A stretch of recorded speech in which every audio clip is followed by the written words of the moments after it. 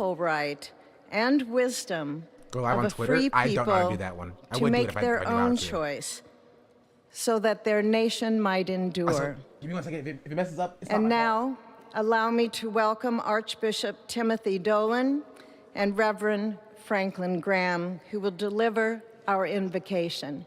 Please rise. Don't tell me what to do, lady. Okay. I'm back.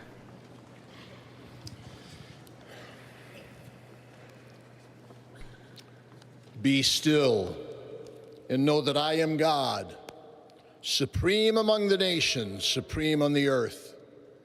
Let us pray. Go live on. What record attempt? Just Remembering 3. We're on TikTok.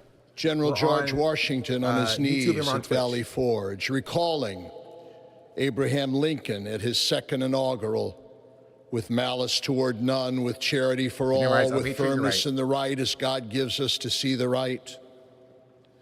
Remembering General George Patton's instructions to his soldiers as they began the Battle of the Bulge 8 decades ago. Pray.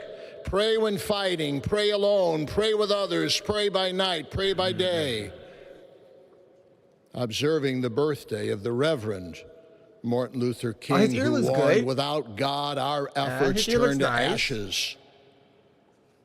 We, blessed citizens of this one nation under God, humbled by our claim that in God we trust, gather indeed this inauguration day to pray for our President Donald J. Trump, his family, his advisors, his cabinet, his aspirations, his vice president, for the Lord's blessings upon Joseph Biden, for our men and women in uniform, for each other whose hopes are stoked this new year, this inauguration day.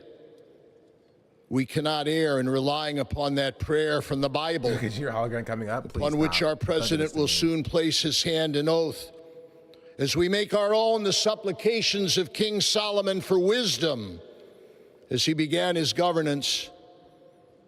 God of our fathers, in your wisdom you set man to govern your creatures, to govern in holiness and justice, to render justice with integrity. Give our leader wisdom, for he is your servant, aware of his own weakness and brevity of life. Not sworn in by the hour. If wisdom which comes not from you be not with him, he shall be held in no esteem. Send wisdom from heavens that she may be with him, that he may know your designs. Please, God, bless America. Please, mend her every flaw. You are the God in whom we trust, who lives and reigns forever and ever. Amen. I don't like they keep showing Barron. I am not a fan of the fact that they keep showing Barron. I'm gonna be real. It feels like they're trying to groom us into like the last 4 years. You know what I mean? There are times I'm sure you thought it was pretty dark. I will not be pro Barron. But look what God has done. King. We praise him and give him glory. Samaritan's purse? What's Samaritan's purse? I know Samaritan's feet. Let us pray. Our Father and our God, thou hast said, blessed is the nation whose God is the Lord.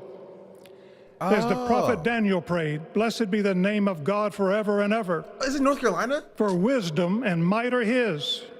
He changes the times and the seasons. He removes kings. He raises up kings. He gives wisdom to the wise and knowledge to those who have understanding. Our Father, today, as President Donald J. Trump takes the oath of office once again, we come to say thank you, O Lord our God. Father, when Donald Trump's enemies thought he was down and out, you and you alone saved his life and raised him up with strength and power by your mighty hand. We pray for President Trump that you'll watch over, protect, guide, direct him. Give him your wisdom from your throne on high. We ask that you would bless him and that our nation would be blessed through him. We also ask that you would bless and protect Melania as First Lady. We thank you for the beauty, the warmth, and grace that she shows not only to this nation, but to the whole world. We thank you for Vice President-elect J.D. Vance and his wife Usha and their young family. May he be a strength to President Trump, to stand beside him, to hold up his arms like Aaron held up the arms of Moses in the midst of battle. The prophet Samuel reminded the people, it was you that brought them up from the land of Egypt. And he said, now stand still, that I may reason with you before the Lord. So, Father, we take this moment to stand still, to remember the great things that you have done for this nation. Thank you for the protection, the bounty, the freedoms that we so enjoy. We remember to keep our eyes fixed on you, and may our hearts be inclined to your voice. We know that America can never be great again if we turn our backs on you. We ask for your help, and we pray all of this in the name of the King of Kings, the Lord of Lords, your Son, my Savior, and our Redeemer, Jesus Christ. Amen. I thought it was Donald Trump, honestly. Ladies and gentlemen, please welcome Associate Justice Kavanaugh to administer the Vice Presidential Oath of Office. As the God King of America yet.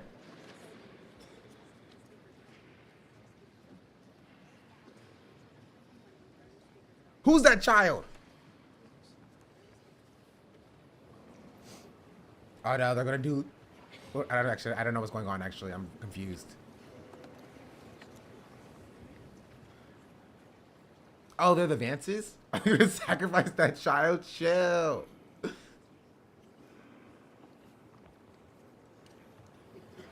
Should be with a toddler? I thought they were gonna do like, I didn't know what they were gonna do. Honestly. Oh, they're doing a photo op? Please raise your right hand and repeat after me. Okay, it's happening, chat. I, James David Vance, do solemnly swear. I, James David Vance, do solemnly swear. That I will support and defend the Constitution of the United States. That I will support and defend the Constitution of the United States. Against all enemies, foreign and domestic. Against all enemies, foreign and domestic. That I will bear true faith. That I will bear true faith. And allegiance to the same. We have arrived to the same. At fascism. That I take this obligation freely. That I take this obligation freely. Without any mental reservation. Without any mental reservation. Or purpose of evasion. Or purpose of evasion. And that I will well and faithfully discharge. And that I will well and faithfully discharge. The duties of the office. The duties what is this camera angle, bro? On which I am about to enter. On which I am about to enter. So help me God. So help me God. Congratulations, Mr. Vice President. So technically, as of right now, Joe Biden is president and Kamala Harris is no longer vice president. It's J.D. Vance. Technically, as of right now, Joe Biden is the president and J.D. Vance is the vice president. Kamala Harris no longer has a job. Can we get a clap for that? Can we at least celebrate the fact that Kamala Harris is now out of office permanently? Presidential oath of office. She is done. We never have to hear from her again and never bring her up again. Biden no longer president. Technically, he's technically president until Donald Trump has been sworn in. Because we can't not have a president. Or is it that J.D. Vance is technically now the president? Please raise your right hand and repeat after me. I, Donald John Trump, do solemnly swear. I, Donald John Trump, do solemnly swear. That I will faithfully execute. That I will faithfully execute. The office of President of the United States. The office of President of the United States. And will, to the best of my ability. And will, to the best of my ability. Preserve, protect, and defend. Preserve, protect, and defend. The Constitution of the United States. The Constitution of the United States. So help me God. So help me God. Congratulations, Mr. President. Fascism is back, baby. Fascism is back. In full swing. Not just proto-fascism. Full-on fascism. We have handed the keys of the government.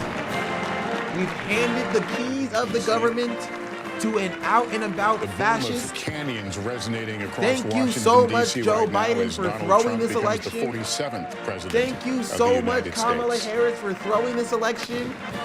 You're Swearing in occurring just about a minute after 12 fight for o'clock a here in the genocide has put us back into the hands of Donald Trump. Thank you so much. You have done this. You've gotten what you wanted. The oligarchy has taken control. Even though, like, not to say that they weren't in control before, but they're definitely in control now, bro.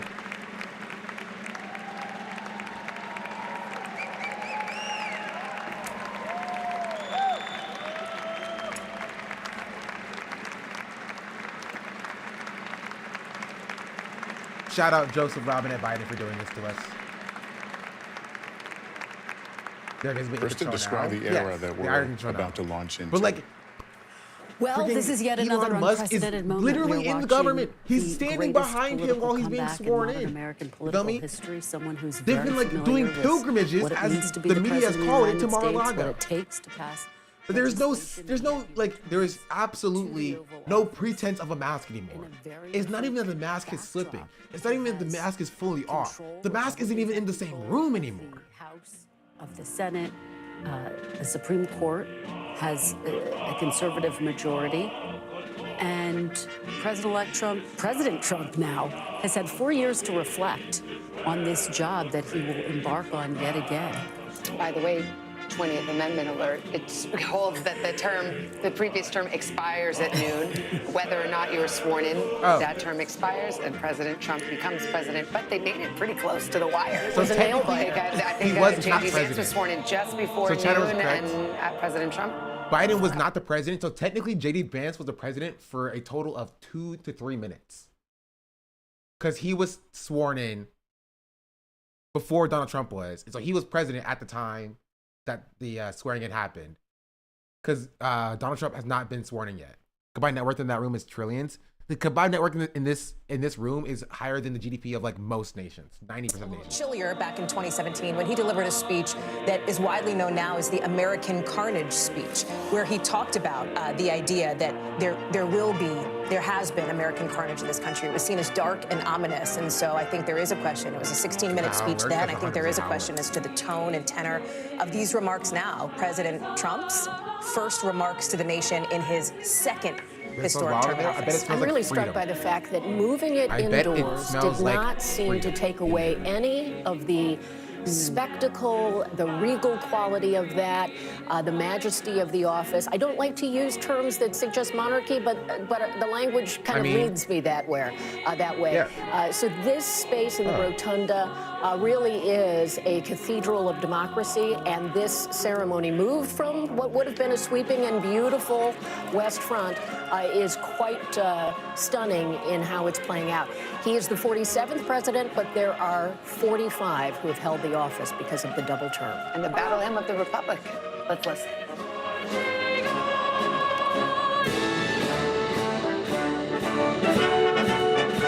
I'm trying to sit up too tight to be a little bit better. It's so hard to do. There we go.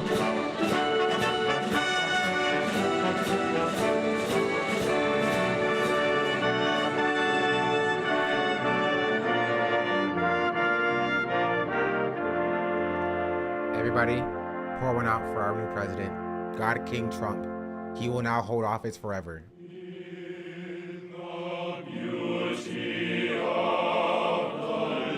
Please don't kill me, President Trump. I've always been on your side. Don't listen to what anybody else I've read to say. I've always been on your side. Please don't murder me.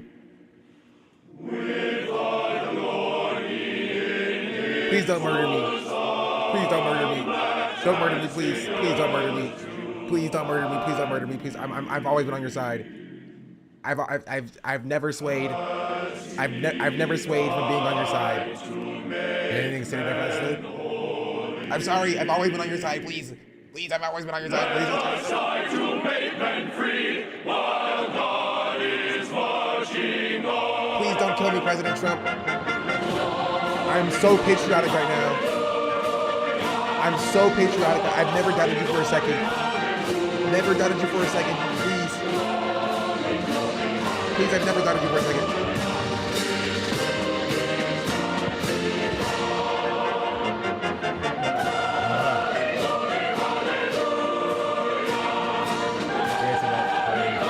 Oh, you're right. I'm not doing that.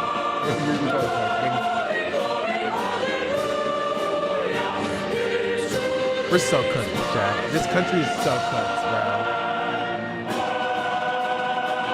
This country is so cooked.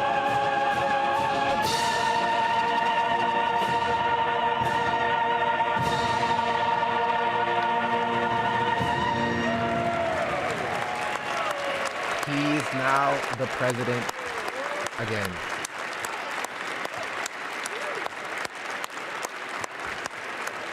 He would have known our president because he's firstly at the inauguration. So.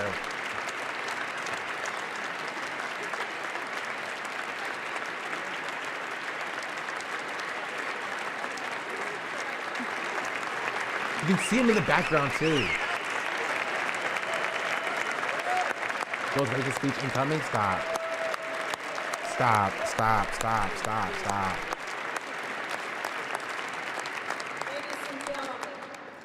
It is my honor and pleasure to introduce to you the 45th and the 47th President of the United States of America, Donald J. Trump. Oh my goodness, bro. Okay, chat, on a scale of 1 to 10, how fascist do you think this speech is gonna be?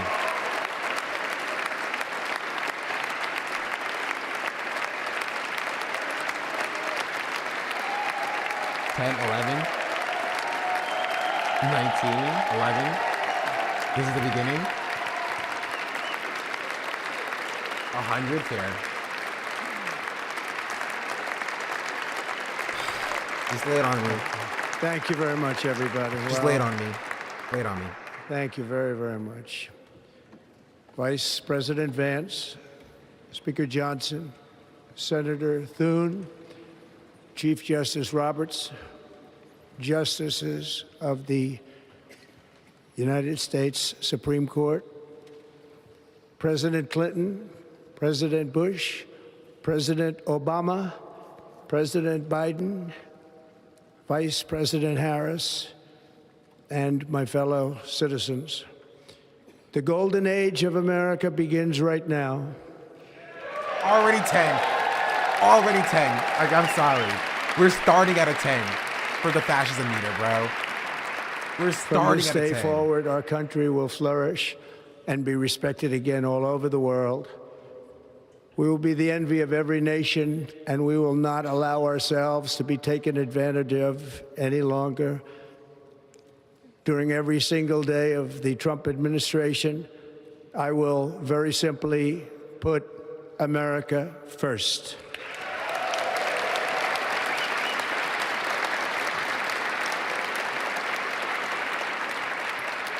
Our sovereignty will be reclaimed. Our safety will be restored. The scales of justice will be rebalanced. The vicious, violent, and unfair weaponization of the Justice Department and our government will end. You're so cooked, bro. And our top priority will be to create a nation that is proud, prosperous, and free.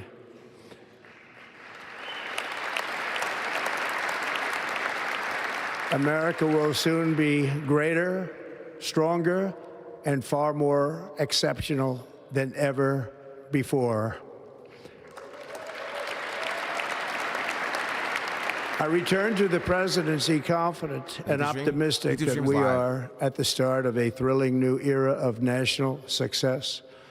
A tide of change is sweeping the country. Sunlight is pouring over the entire world. And America has the chance to seize this opportunity like never before. But first, we must be honest about the challenges we face.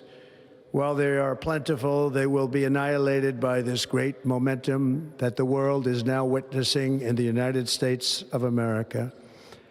As we gather today, our government confronts a crisis of trust.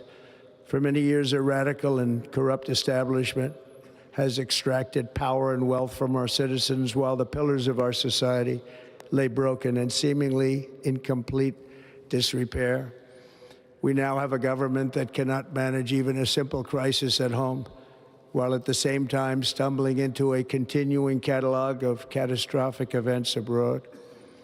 It fails to protect our magnificent, law-abiding American citizens, but provides sanctuary and protection for dangerous criminals, many from prisons and mental institutions that have illegally entered our country from all over the world. We're so cooked. We have a government that has given unlimited funding to the defense of foreign borders, but refuses to defend American borders or, more importantly, its own people.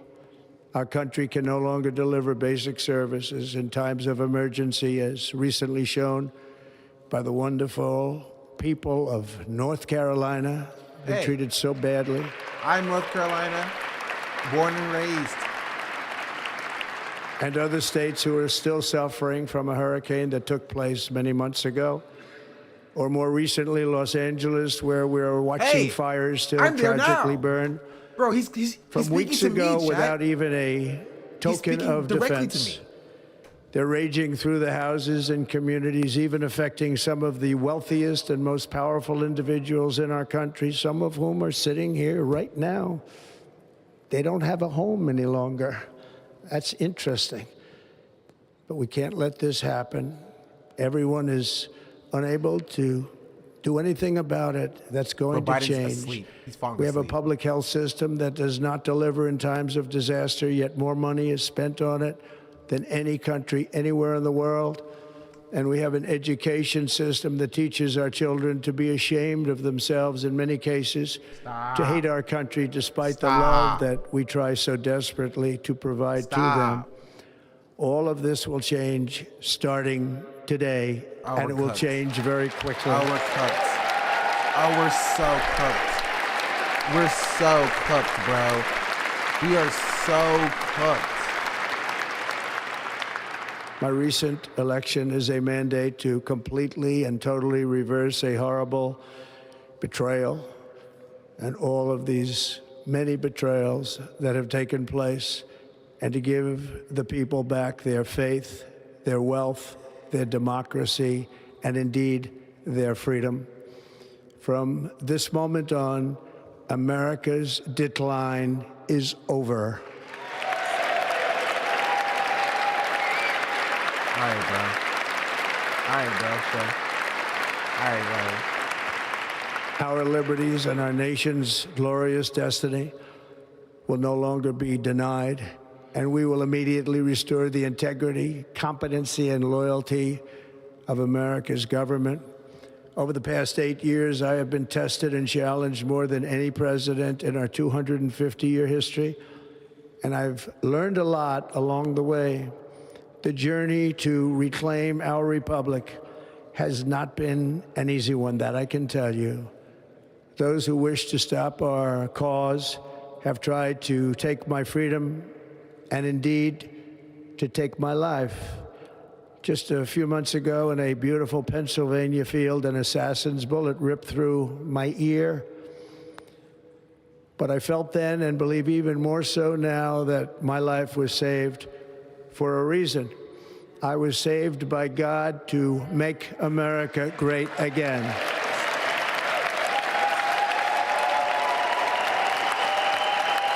We're so cooked, man. We're so cooked, man. Thank you.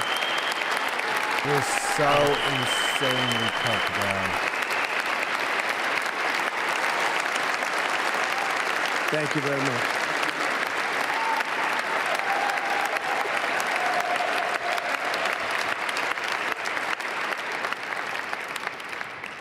That is why each day under our administration of American patriots, we will be working to meet every crisis with dignity and power and strength.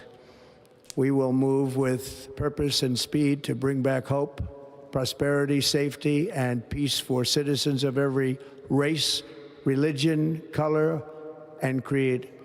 For American citizens, January 20th, 2025 is Liberation Day. Stop. Come on, bro. Come on, you have to be joking, bro. He made his own holiday. He made his own holiday. You're so It is my hope that our recent presidential election will be remembered as the greatest and most consequential election in the history of our country. As our victory showed, the entire nation is rapidly unifying behind our agenda with dramatic increases in support from virtually every element of our society, young and old, men and women, African Americans, Hispanic Americans, Asian Americans, urban, suburban, rural, and very importantly, we had a powerful win in all 7 swing states, and the popular vote, we won by millions of people. Why are they even there? Are they cucks? To the Black and Hispanic communities, I want to thank you for the tremendous outpouring of love and trust that you have shown me with your vote. Stop. We set records. Stop. And I will not forget it. No, don't bring me into this. I've heard your voices in the campaign, and I look forward to working with you in the years to come. Don't bring me into this. Today is Martin Luther King Day, and his honor, this will be a great honor. But in his honor, we will strive together to make his dream a reality. We will make his dream come true.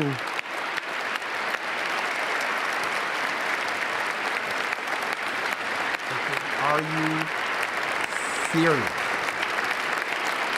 Are you serious? Are you serious? National unity is now returning to America, and confidence and pride is soaring like never before.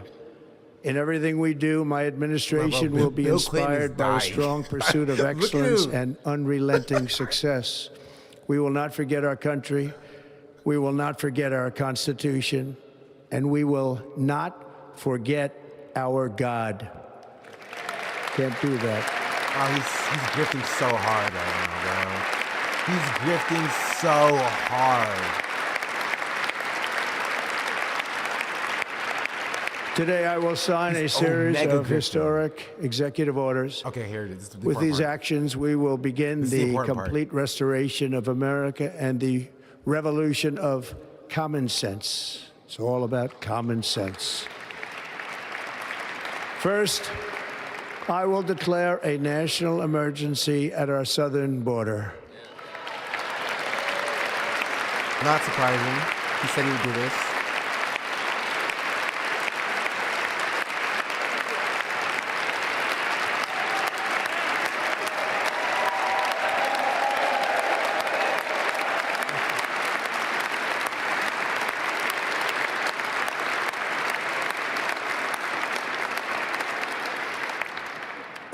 Illegal entry will immediately be halted, and we will begin the process of returning millions and millions of criminal aliens back to the places from which they came. Oh, gee. We will reinstate my Remain in Mexico policy.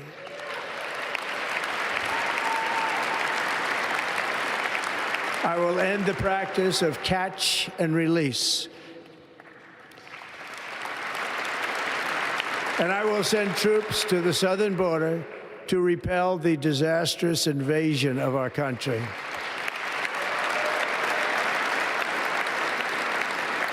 Under the orders I signed today, we will also be designating the cartels as foreign terrorist organizations. Jeez Louise.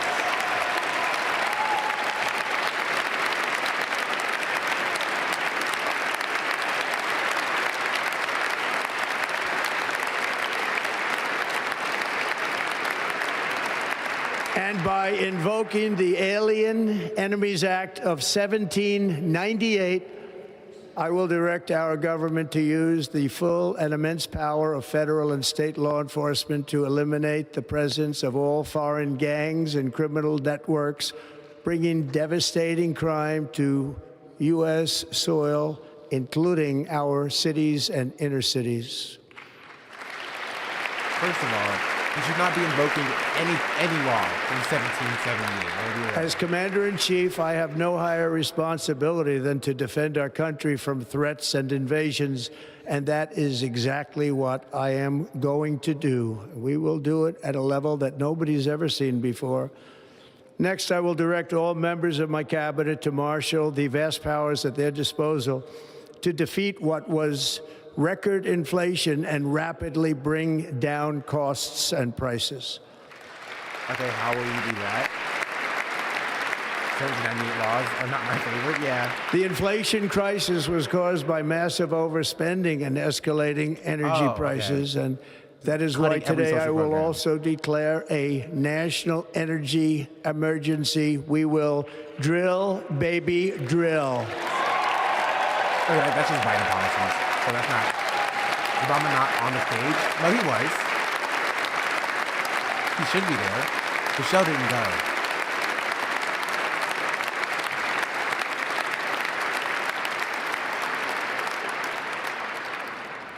America will be a manufacturing nation once again, and we have something that no other manufacturing nation will ever have, the largest amount of oil and gas of any country on earth, and we are going to use it. Use it. Drill, baby, drill. We will bring prices down, fill our strategic reserves up again, right to the top, and export American energy all over the world.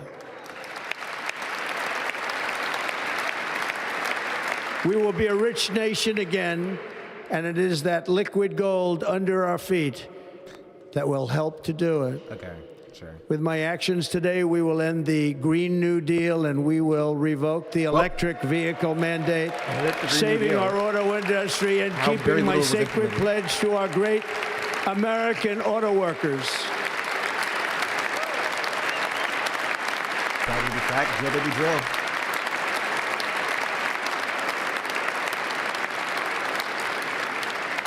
In other words, you'll be able to buy the car of your choice. We will build automobiles in America again at a rate that nobody could have dreamt possible just a few years ago. And thank you to the auto workers of our nation for your inspiring vote of confidence. We did tremendously with their vote. I will immediately begin the overhaul of our trade system to protect American workers and families. Instead of taxing our citizens to enrich other countries, we will tariff and tax foreign countries to enrich our citizens. To be fair, that's exactly what Biden said as well.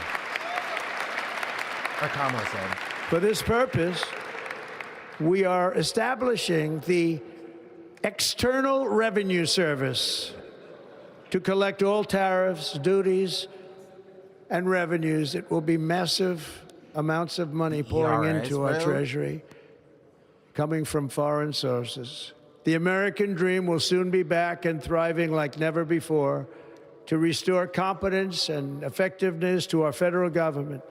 My administration will establish the brand new Department of Government Efficiency. Vivek! Where you at, Vivek? Stand up for one time. Go ahead and stand up. I know you're there somewhere. Go ahead. Go ahead and stand up. After years and years of illegal and unconstitutional federal efforts to restrict free expression, I will also sign an executive order to immediately stop all government censorship and bring back free speech to America. Say it. Say it. Say you're unbanning TikTok. Say you're unbanning TikTok. Also, where's Show 2?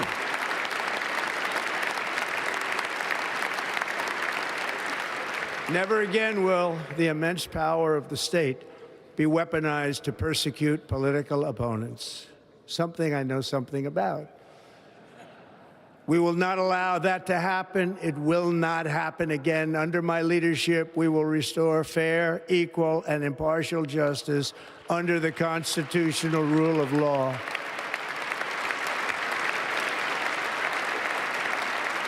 And we are going to bring law and order back to our cities.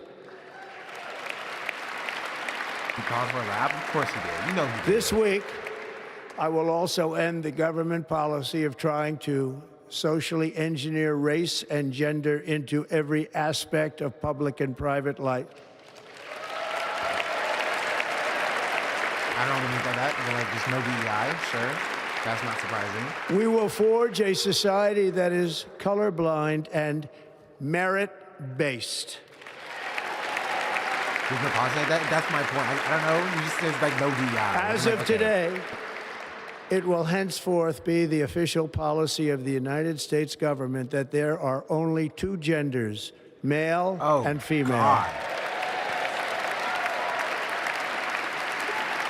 What does it even mean? It's the official policy of the United States. Like, what is that? Like, you're gonna like legally jail people who like identify as like something other than like male or female? Like, this week, I will reinstate any service members who were unjustly expelled from our military for objecting to the COVID vaccine mandate with full back pay. Oh, that's okay. That's actually kind of insane. Bro, he's like, if you were expelled from the military, you get paid for the last 4 years. And I will sign an order to stop our warriors from being subjected to radical political theories and social experiments while on duty. It's going to end immediately. Our armed forces will be freed to focus on their sole mission, defeating America's enemies. Bro, why are they there? Are they cucks? Or do they have a humiliation fetish? Why are they even sitting there?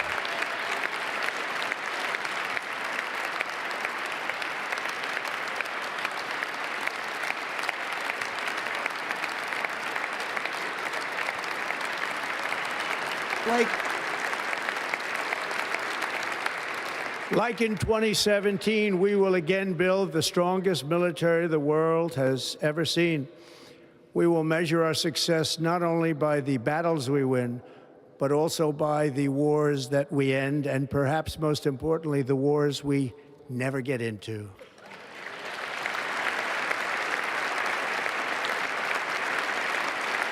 He's going to call the ceasefire in Gaza?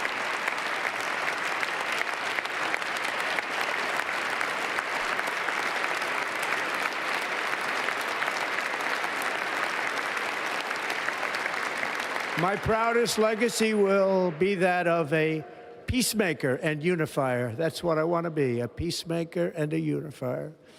I'm pleased to say that as of yesterday, one day before I assumed office, the hostages in the Middle East are coming back home to their families. Hello, my condolences. Thank you, Kevin.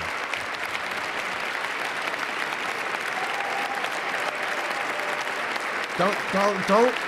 You're clapping for something you didn't even do. Are you joking? Why are you giving that a standing ovation? You're literally clapping at Trump ending the policies that America you were doing. Will reclaim its rightful place as the greatest, most powerful, most respected nation on earth, inspiring the awe and admiration of the entire world. A short time from now, we are going to be changing the name of the Gulf of Mexico to the Gulf of America, and we will restore the name of a great president, William McKinley, to Mount McKinley, where it should be and where it belongs. You can't do that? What, is he going to invade people who don't call it the Gulf of America? President McKinley made our country very rich through tariffs and through talent. He was a natural businessman and gave Teddy Roosevelt the money for many of the great things he did, including the Panama Canal, which has foolishly been given to the country of Panama after the United States.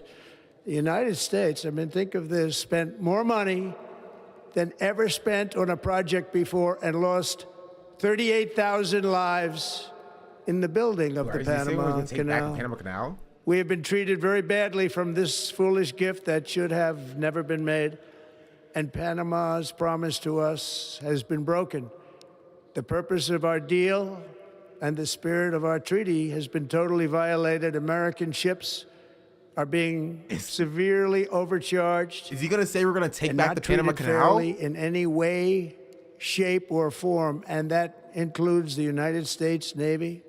And above all, China is operating the Panama Canal, and we didn't give it to China, we gave it to Panama, and we're taking it back. You guys been saying that? Listen, I don't pay attention to what Chuck D yapped about when he was not the president. You know what I mean?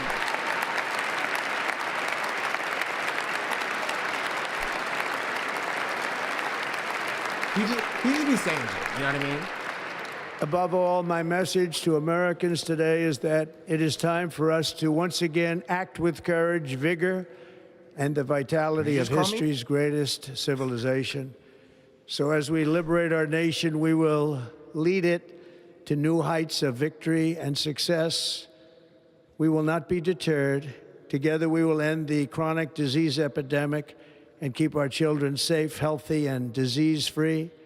The United States will once again consider itself a growing nation, one that increases our wealth, expands our territory, builds our cities, raises our expectations, and carries our flag into new and beautiful horizons.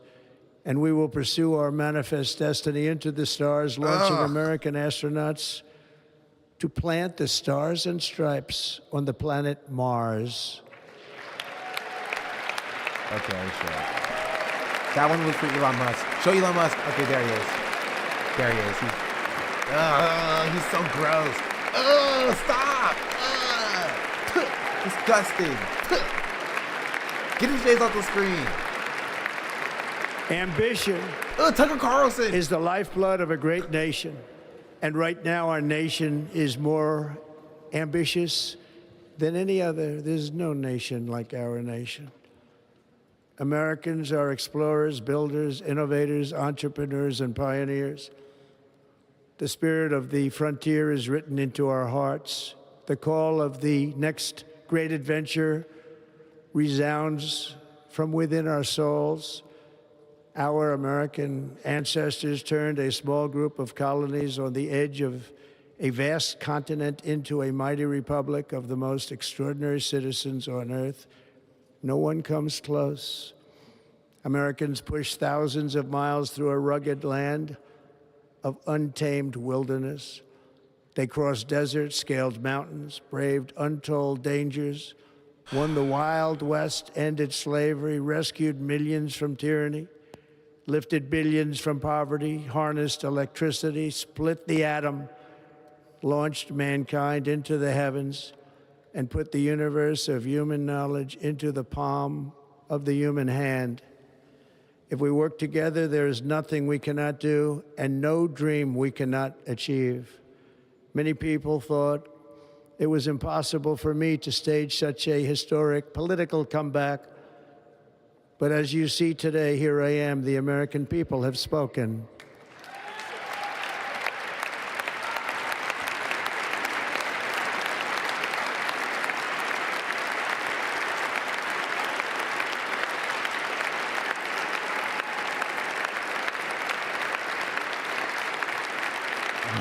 At this point, I stand before you now as proof that you should never believe that something is impossible to do.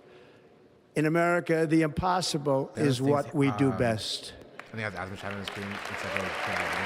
Yeah, I don't care. Legitimately, I could not care less about what. From New York to Los Angeles, from Philadelphia to Phoenix, from Chicago to Miami, from Houston to right here in Washington, D.C., our country was forged and built by the generations of patriots who gave everything they had for our rights and for our freedom. They were farmers and soldiers, cowboys and factory workers, steel workers and coal miners, police officers and pioneers who pushed onward, marched forward, and let no obstacle defeat their spirit or their pride. Together they laid down the railroads, raised up the skyscrapers, built great highways, won 2 world wars, defeated fascism and communism, and triumphed over every single challenge that they faced. After all we have been through together, we stand on the verge of the 4 greatest years in American history. With your help, we will restore America, promise, and we will rebuild the nation that we love, and we love it so much. We are one people, one family, and one glorious nation under God. Indivisible. So to every parent who dreams for their child, and every child who dreams for their future, I am with you. I will fight for you, and I will win for you. We are going to win like never before.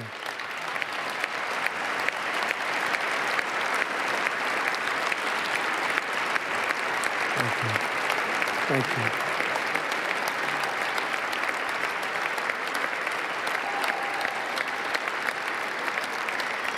Thank you. Thank you.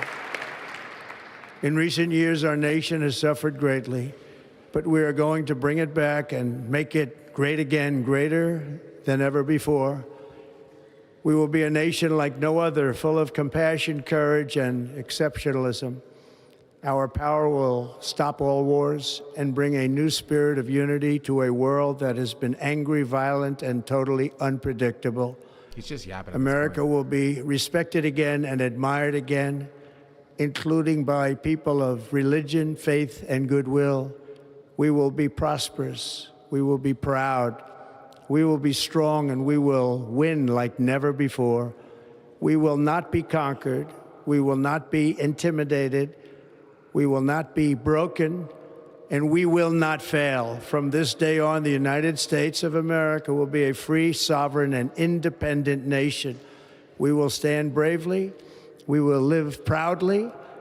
We will dream boldly, and nothing will stand in our way because we are Americans. The future is ours, and our golden age has just begun. Thank you. God bless America. Thank you all. Thank you.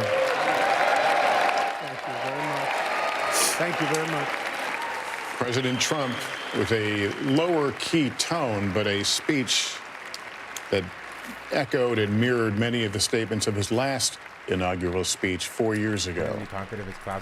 Declaring the age of America begins right now. He says he will carefully put America first. He actually did not deviate from what he said in the past and previously. It's obviously still like fascist rhetoric, but like unsparing. I'm surprised he didn't literally declare war on China. You know what I mean? Like that's Joe like Biden, and he talked about the American decline ending now, and he said that this would be known henceforth as Liberation Day. Also, yeah, the Liberation Day thing was like, just objectively like hilarious. And referring to his own political comeback, he said, made his own holiday.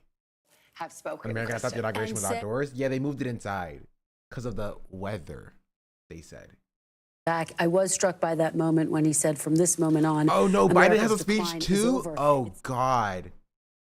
Address in 2017 when he Biden said has this a American speech? carnage Oh, ends my right goodness. here He's and going to keel now. over. So there were some parallels, despite the fact that he had teased that this would be a unifying He's going to keel what over, we heard bro. today was, in fact, a searing criticism of the Biden administration without mentioning President Biden by name, but saying, my recent election is a mandate to completely and totally reverse a horrible betrayal. And all of these many betrayals that have taken place, undoubtedly the investigations, the indictments. And we're about to hear from Carrie Underwood. It is freezing cold in D.C. right now. I do think he doesn't want to seem empty like last time. I don't even think it was going to be empty. You know what I mean? I think that might be part of it. I think, genuinely, I think it's security issues. Like, bro has 2 attempts on his life. 4, should I say, if you consider the plots on his life. Like, I don't think he wants to get shot. I don't think he wants to get shot at again.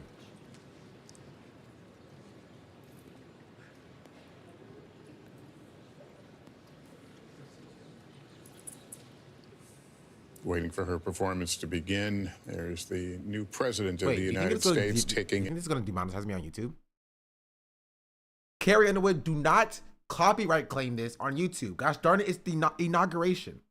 Please. One of the many celebrities who is performing over this inaugural weekend here, the 8-time Grammy Award winner, who said in a recent statement that she is humbled to answer the call to come together in the spirit of unity, which is part of why she is performing here today. Oh, beautiful for space. Everyone pour one out for fascism. For amber waves of grain. For purple mountain majesties above the... Okay, I don't want to get copyright claimed. Bro, please let Rod Wave perform. Bro, it would be so funny. It would be so funny if Rod Wade performs. Do you need copyright for that? I don't know. My good with brotherhood from sea to shining As long as public domain? Yeah, but covers of it may not be, you know? I don't freaking know. Also, it doesn't matter. You can still try to claim me. I don't know. Carrie Underwood singing America the Beautiful for President Trump. Yeah, and now Kodak former Black. President Biden looks on, and the political comeback is complete. No he is flocking. now president. We await a few more of the ceremonial tidbits as this inauguration day wears on. Senator Fisher will now introduce the benediction clergy. I now call on Rabbi Ari Berman, pastor. Okay, what? Okay, Obama is still there. We have to check and make sure Obama was still there. And Reverend Frank Mund to provide prayers of benediction.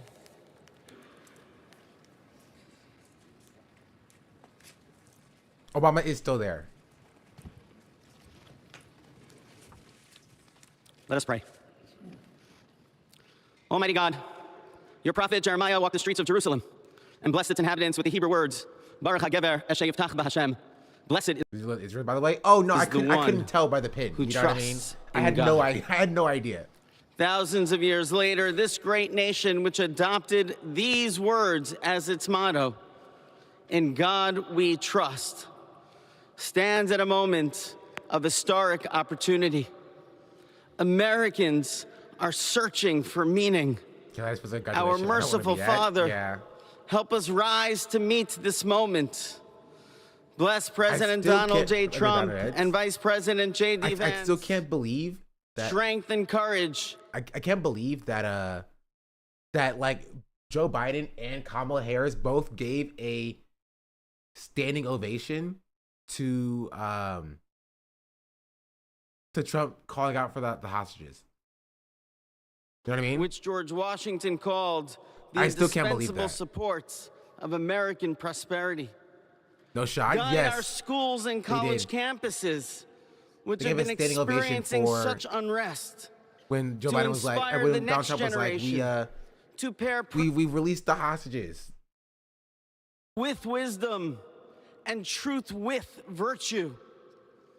Hear the cry of the hostages, both American and Israeli, whose pain our president so acutely feels. We are so thankful for the 3 young women who yesterday returned home, and pray that the next 4 years brings peace to Israel and throughout the Middle East. Almighty God, grant all Americans the opportunity to realize our shared dream of a life filled with peace and plenty, health and happiness, compassion and contribution. Stir within us the confidence to rise to this moment.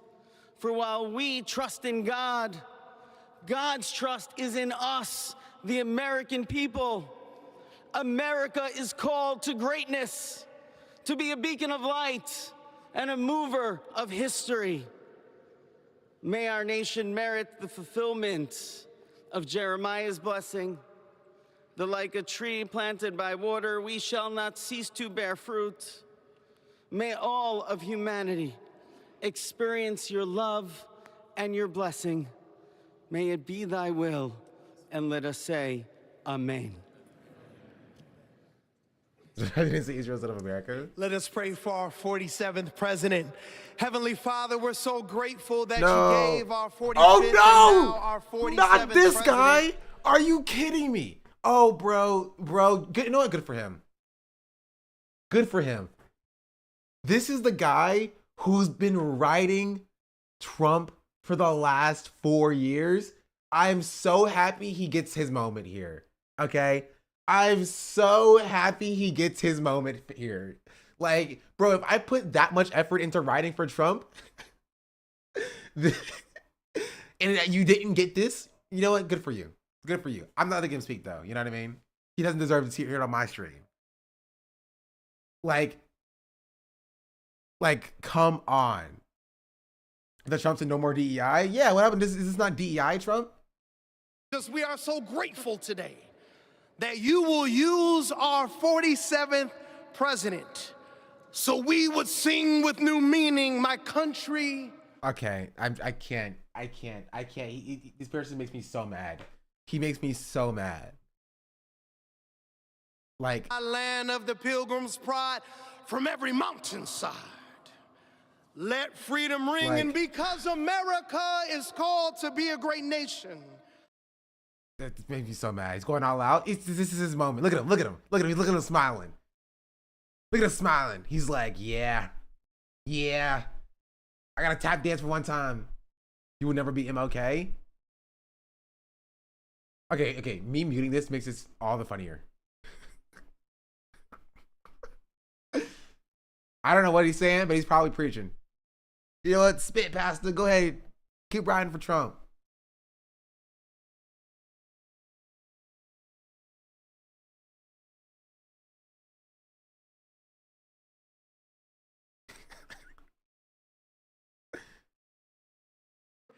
Let freedom ring from every hill and every molehill in Mississippi. Bro, doing this on MLK Day just makes me so mad, bro. It makes me so mad. I can't.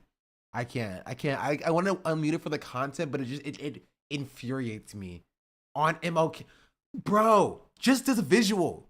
This visual just pisses me off. It is literally a black man performing.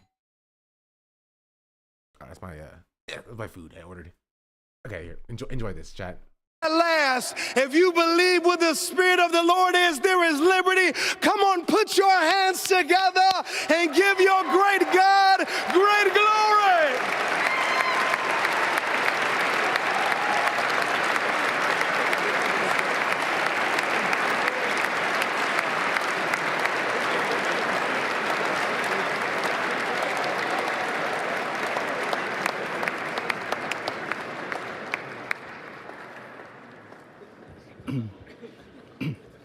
Almighty and eternal God, we gather here today in reverence, joined in our shared hopes and dreams for our beloved nation.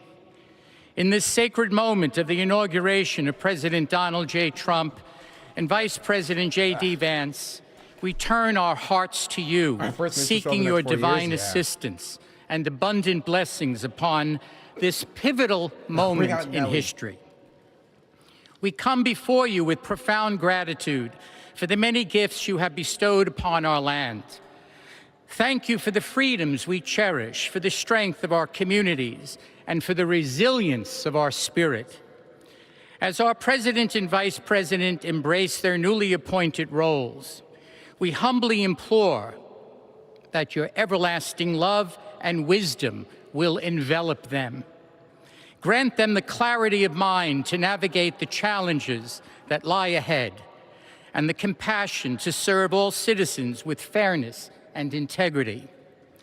May their hearts be filled with a giving spirit and sincere understanding for those whom they represent. May they be beacons of hope in times of uncertainty and prophetic voices in defending the dignity of all created life. We pray for a spirit of collaboration to flourish in our government and across our nation, fostering an environment where dialogue and heartfelt listening will prevail over division or discord. May each decision made by our President and Vice President. I just want to hear what Joe Biden has to say. Honestly. I just want to hear what Joe Biden has to say. I want to hear Joe Biden's speech. Feel lost or disheartened. In this time of transition, may your light shine upon them, reaffirming their belief in a brighter tomorrow. May we all strive to lift one another, supporting our fellow citizens with kindness and empathy, recognizing that together we can overcome any adversity. On the Biden was beginning, he has flashcards. diversity. He has flashcards. He was reading over flashcards when we cut to him. So like, he may speak. Just please let him speak. I need that in my life. Kind of tweet about Biden. I did see kind of tweet about Biden. It cooked. Here, I can show it to you. For those of you who haven't seen it. Kind of tweet was very good.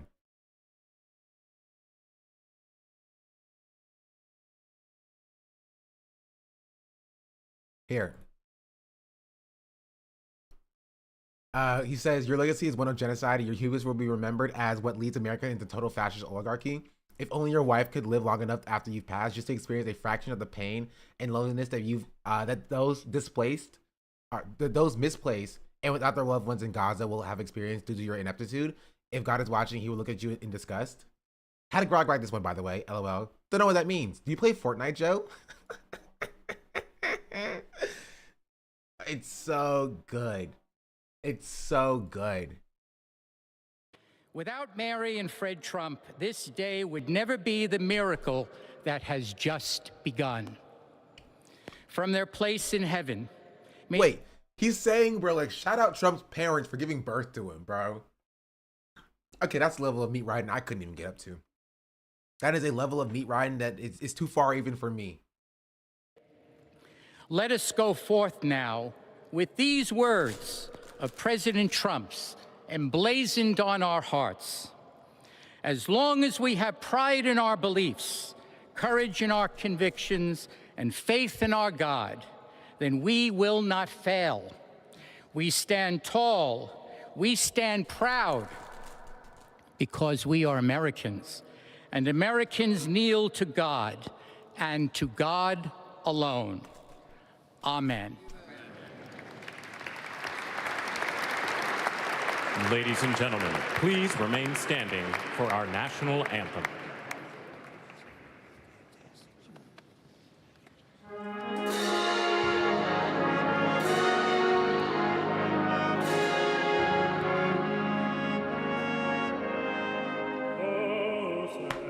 Can you say, o'er the dawn's early light, what so proudly we hailed at the twilight's last gleaming, whose blood stripes and bright stars through the perilous fight of the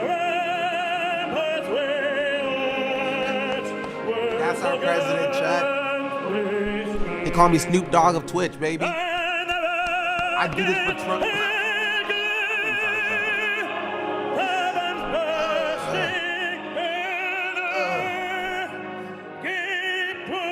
What's Trump doing? He's saluting. Look at him. Look at him. He's the president. He can do whatever he wants to. Has not like 30K right now? Of course he does. It's not remotely surprising.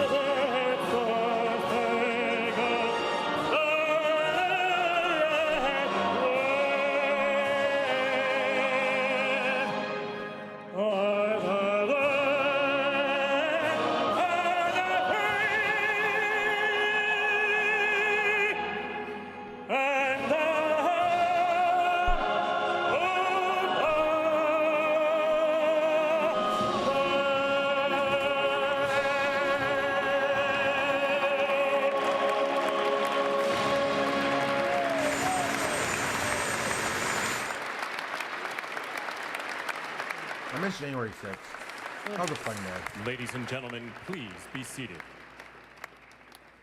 I can say that now. And as we're getting into the winding down moments of this inauguration ceremony, we return to our table to talk about some of what we've just seen. While the president and official party depart the platform. Okay, they're leaving. So as they make their departure, we just have to mention an unplanned part of this ceremony that took place a few moments ago. There was a pause right before Carrie Underwood was to sing. It seems there was some kind of problem with the accompaniment, the band that was supposed to play along with her. And so, yes, spontaneously, she sang a cappella with a few scattered voices. She said, "You're going to have to help me out," to the crowd there. And people did sing along with her, but pretty incredible that she was able. We should also point out that during the singing of the national anthem, we saw the American flag flying at full staff here in Washington, D.C. That's been a bit of a controversy because with the death of President Carter, flags were ordered to be waved at half staff. And they will return to half staff tomorrow, but Speaker Johnson said that they should be at full staff today for the inauguration. Because some state houses, some governors had already made that decision on their own. It's 30 days. They said Trump is more important than the death passes away, and it has not of yet a been former 30 president. days, and because the Speaker has control over the grounds of the House, he was able to elevate the flags. And they, as I understand it, will go back down to half staff tomorrow. So I guess the next big moment is going to be the departure of President and First Lady Biden. As we're taking a look at this, you heard the cheers and the applause in the room, and you see, I think that was, there he is, President Biden, former President Biden now, of course, making his way out of the Capitol and leaving Washington. We've talked about this legacy moment for him. He has reflected on that, about this, this leaving of the place that he so sought for so many years. And he has said in recent interviews that he hopes that his legacy will be one that is remembered as somebody who is able to be a leader on the world stage, somebody who is able to bring people together. He's leaving Washington, and he's been in Washington for 50-plus years, an entire life devoted to public service. He will exit and be out on the east front of the Capitol, where Marine One will be waiting for him to take him to Joint Base Andrews, where he will fly on what looks like Air Force One, but won't be called Air Force One, special air mission, and we'll take the former first couple away. And did he, I mean, you have to wonder, did he ever imagine his political career would end the way it has ended? Removed by his own party from the ticket. LOL. Even the final acts today, pardoning members of his own family. I don't think anyone, Lester, could have imagined that his political career would end this way. He put out a blanket pardon for his entire family.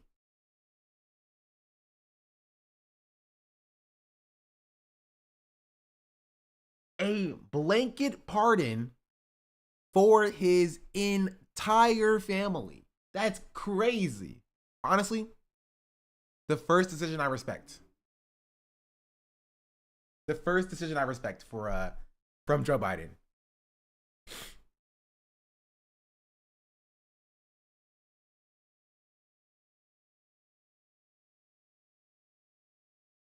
Where's it at? I'm trying to find it. Oh.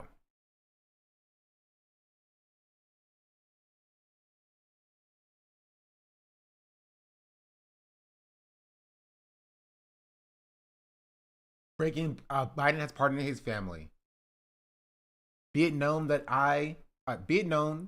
this day, I, Joseph R. Biden Jr., President of the United States, pursuant to my powers under Article 2, Section 2, Clause 1 of the Constitution, have granted unto James B. Biden, Sarah Jones Biden, Valerie Biden Owens, John T. Owens, Francis W. Biden, a full unconditional pardon for any nonviolent offenses against the United States which may have occurred or committed from the period of January 1st, 2014 until the date of this pardon.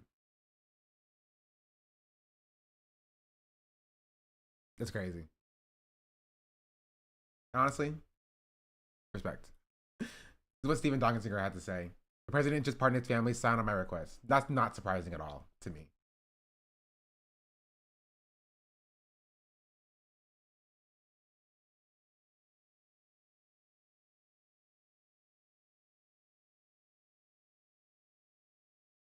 Biden pardoned his family members and frees in prison activist Leonard Peltier in last official act. Biden pardoned Fauci. W. Fauci deserved to be pardoned. Man, we're kind of okay. If you want my assessment, chat. We're told there'll be some gifts. Bro, them keep I just have to point out that them continuing to show Barron Trump is suspicious to me. Look at Elon Musk, disgusting. Because where we're standing right now, they're going to have Look at John Jr., disgusting. This room and the other Don Child, or not Don Child, like Child of Donald Trump. I don't know his name. This first honors, again, it's akin to a reviewing of the troops, but we're not calling it that because there's apparently some military distinction. But this first honors is going to look and feel like that. You'll have each member of the branches of the military will be represented, the Army, the Air Force, the Navy, the Coast Guard, the Marines, and of course the Space Guard as well. We're told about Space Guard? That was the Space Force. I was lied to. So from those branches, it's going to take about 15 minutes. And at that point, the president will then leave the Capitol. But we're buckled up here and ready to go for at least another 2.5 hours at the Capitol. Okay, stand by there, Craig. We'll be back with you as we watch these departures just past the top of the hour now, 1 o'clock Eastern in Washington. President Trump just sworn in as the 47th president of the United States. We heard a performance a moment ago for the national anthem as the inauguration ceremony inside the Capitol Rotunda appears to be winding down. People are now exiting, but the president still has a very packed day ahead, as Craig noted. Yeah, he just laid out. President Trump will head toward the Capital One Arena in Washington after this business here at the Capitol. It has turned into a viewing site and an overflow room of sorts for his supporters after today's ceremony had to be indoors due to the frigid weather here in Washington. Before that, he's also expected to sign a bunch of executive orders. Why was Barron Trump like leaving alone? Where's his family at? Oh, okay. Let's bring in NBC News presidential historian Michael Beschloss. Michael, thank you for being with us. Why are they trying to separate Don Jr. from Barron Trump? What the president laid out to the state of America now and where he wants to take the country. Interesting. Well, I think the way to look at this, Lester and Savannah, is to compare it to recent inaugurals and recent inaugural addresses in modern times. And you have to say that the sweep of his ambitions, you heard it stated today, perhaps more than ever before. Anyway, that's the inauguration. So I guess only time will. Okay, this is kind of funny. At least with this rise of fascism, take solace in the fact that maybe liberal institutions will actually be funny again. Take solace in that fact that maybe liberal institutions will also start to be protesting against the current administration, right? Maybe SNL would actually start to be funny. Right, maybe the Daily Show would start having more material. Probably not, but maybe. Maybe. But yeah, that's it. TikTok chat. Shout out the 3 people who were there. And no, I don't want to stop. Adios.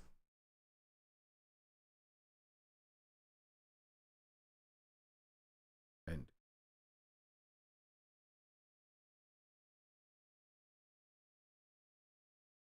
W.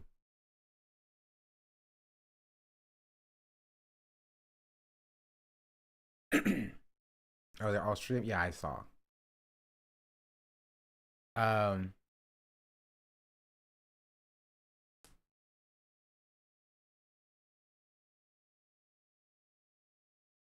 Coat check is closed here because the folks are going out sans coats on a pretty chilly day here in Washington. Well, to the point that Hallie makes, about first of all, what we heard cool from orgs doing President Trump for immigrants was and trans folks. a list of the You could tell a lot robust of libs agenda that he wants to start working on today. So that's the point.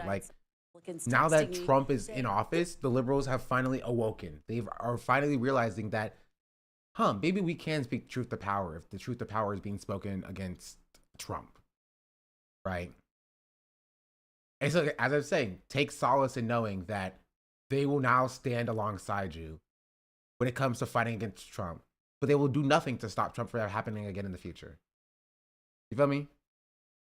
Absolutely nothing to stop Trump from happening again in the future. They're going to be protesting for the next 4 years, maybe. And then when the next 4 years are up, they're going to run an election that they will probably lose. And they'll be like, oh, okay.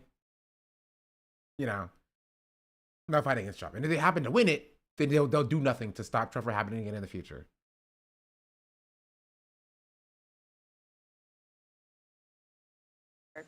By tradition, there's a ceremony, and sometimes staffers gather there, Biden staffers. We've got Ryan in the East Front. So, Ryan, I don't know if you've got a vantage point here. Ryan Nobles, our Capitol Hill correspondent. Yeah, that's right, Savannah. And we can see the current president, the newly inaugurated President Donald Trump, escorting the former President Joe Biden out here onto the East Front, where Joe Biden will ultimately get on the Marine One helicopter and depart to Joint Base Andrews. Now, this was a tradition that was started back in 1977 when Gerald Ford left Washington for the final time aboard Marine One. Traditionally, outgoing presidents would leave the Capitol by train. In fact, they would sometimes just walk from the East Front over to Union Station and get on aboard a train to travel home. That's how many presidents did before Ford. But once this new tradition was instituted, this became the regular. Of course, this did not happen 4 years ago because Donald Trump chose not to participate in the inauguration activities. Instead, Vice President Pence came all by himself and was walked out by then the newly inaugurated Vice President Kamala Harris. They were in masks at the time, if you remember, because that was the height of COVID. And then Mike Pence left in a car. It would be so funny, though. Make them walk to the train. Make them take the train with the regular people. And the Secret Service, I guess. But, like, gosh darn it. To the former president and speaking to Vice President Harris as well. It is bitterly cold out here right now. The east front of the Capitol often becomes a wind tunnel just by the way that it is configured up here on Capitol Hill. And the wind is whipping through this part of Washington right now. That wind will kick up even more once the rotors of Marine One Also, you can kind of tell that Trump does not like J.D. Vance. You can tell, like, Trump kind of liked Mike Pence. Like, he didn't hate Mike Pence. But Trump does not like J.D. Vance. Here's the first departure. We just saw the goodbyes there with Kamala Harris. That's right. And her husband, Doug Emhoff, being greeted by President Trump, who, of course, prevailed in the election, and then a big warm hug from the Bidens and Dr. Biden. And so the next departure will be I hate them so much. The Bidens themselves. And we should point out, when the former president gets on that aircraft, it will no longer be Marine One for this mission. It'll have a different call sign. Nighthawk 46. Oh, there we go, Nighthawk 46. And much has been made of the relationship between Harris and Emhoff and the Bidens, and we really saw a demonstration, a very physical one there with that warm embrace of the closeness. Their political lives were intertwined by the decision Joe Biden made to name her as his running mate and then to serve with her as vice president. And now that relationship takes a new turn. We don't know what Kamala Harris and her future will look like. We know that the former president now, Joe Biden, and Dr. Jill Biden will be traveling to Santa Barbara County and spending some time in Santa Ynez at a private home there to have a little rest and vacation.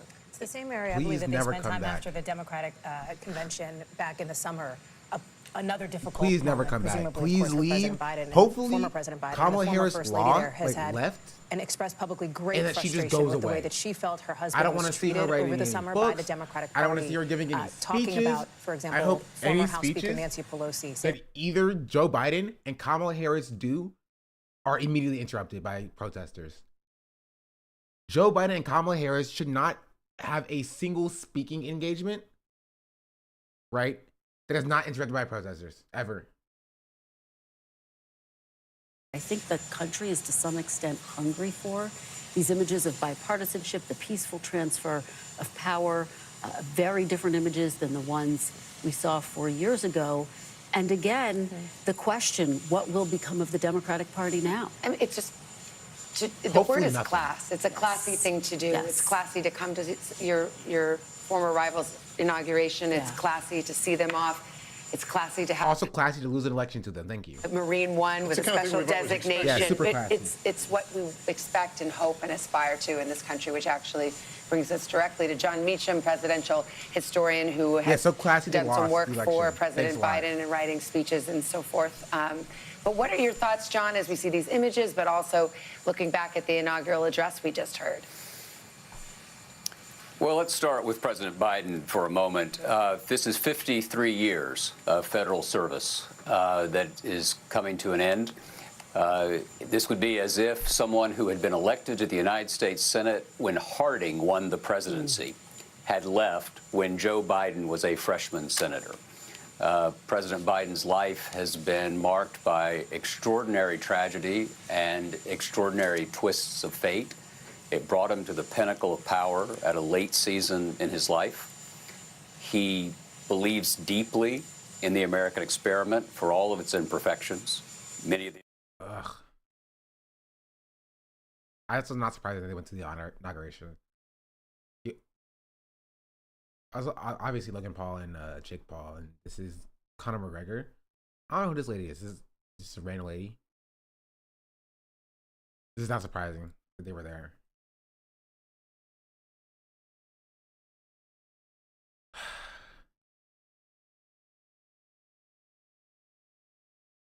service believe that public service, as President could be a noble profession. And so the country takes its lead. I don't freaking know who Jake Paul and Logan Paul's mom is, okay? I'm a normal person. Era. It's not a new era, really, is it? It's just, it's Act 2. I will say... honestly, knowing who Jake Paul and Logan Paul is enough to get me thrown in the Hague. You know what I mean? When I could. I'm not a Democrat. I'm not a Republican. I believe very much in the constitutional order and in the norms that we've seen try to be reestablished today. I will say that was the single most partisan inaugural, I think, that I know of in American history. Even the invocations tended to be partisan. I am a person of faith, as are many of you. I'm an Episcopalian. I am a Christian. I'm an observant Christian. But I will say this. When religion is used to divide and to exalt one side over the other, we are in a place where we need to take care. We should be praying together for our nation. We should be praying together for our fellow countrymen. He's not even wrong on this. Like, even from this, like, very obviously biased perspective, like, he's not even, like, incorrect. He's correct in his assumption that even in the evocations of faith, they were very much like, you know, pray for everybody involved, but like, yeah, dog, like Donald Trump is gonna save America, dog. Like, I was listening to it, I couldn't tell like what was prayer and what was like just shouting out Donald Trump. Like, very, very obviously and very, very partisan. Even in like the displays of faith, like it's kind of like I think it was a speech of Trumpian superlatives. And look, 49.9% of the country that decided to vote chose this path. And I'm not being which is why it's all the weirder that Joe Biden and Kamala Harris actually went to the inauguration in the first place. It's purely cuck behavior. You know what I mean? Purely cuck behavior. Like, you went to the inauguration, and even like Joe Biden's also Catholic. The Catholic priest was like praying over Donald Trump specifically. Well, like, F Joe Biden, bro. Donald Trump is the man. He's the God-appointed man. God saved his life to make him run for the election. And Joe Biden's also Catholic. I don't even think Donald Trump is Christian. Like, it's purely cuck behavior. Purely cuck behavior. Like, come on. Why would you put yourself in that position? You not only threw a layup election, you not only mired your entire legacy in genocide support, but then you then go to the inauguration and you get cucked by even your own faith leaders.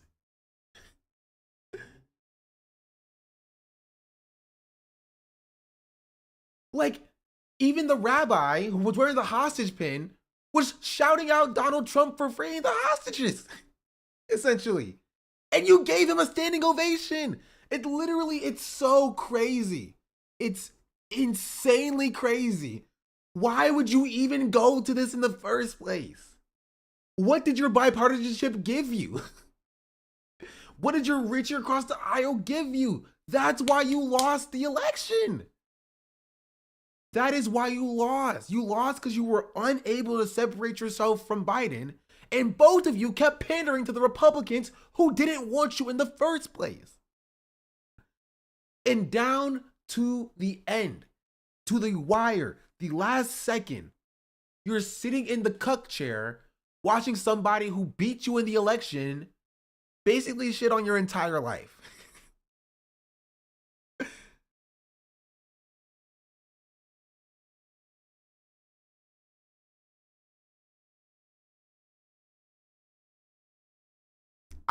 Come on, bro. I don't know. Song got called far left. Hassan on the song crying 1 minute timestamp. Hassan Minaj called Hassan like Hassanabi far left. I don't think he actually believes that. He was saying it as a joke.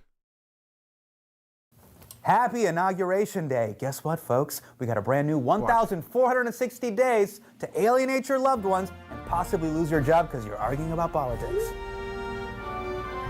Oh, my friends.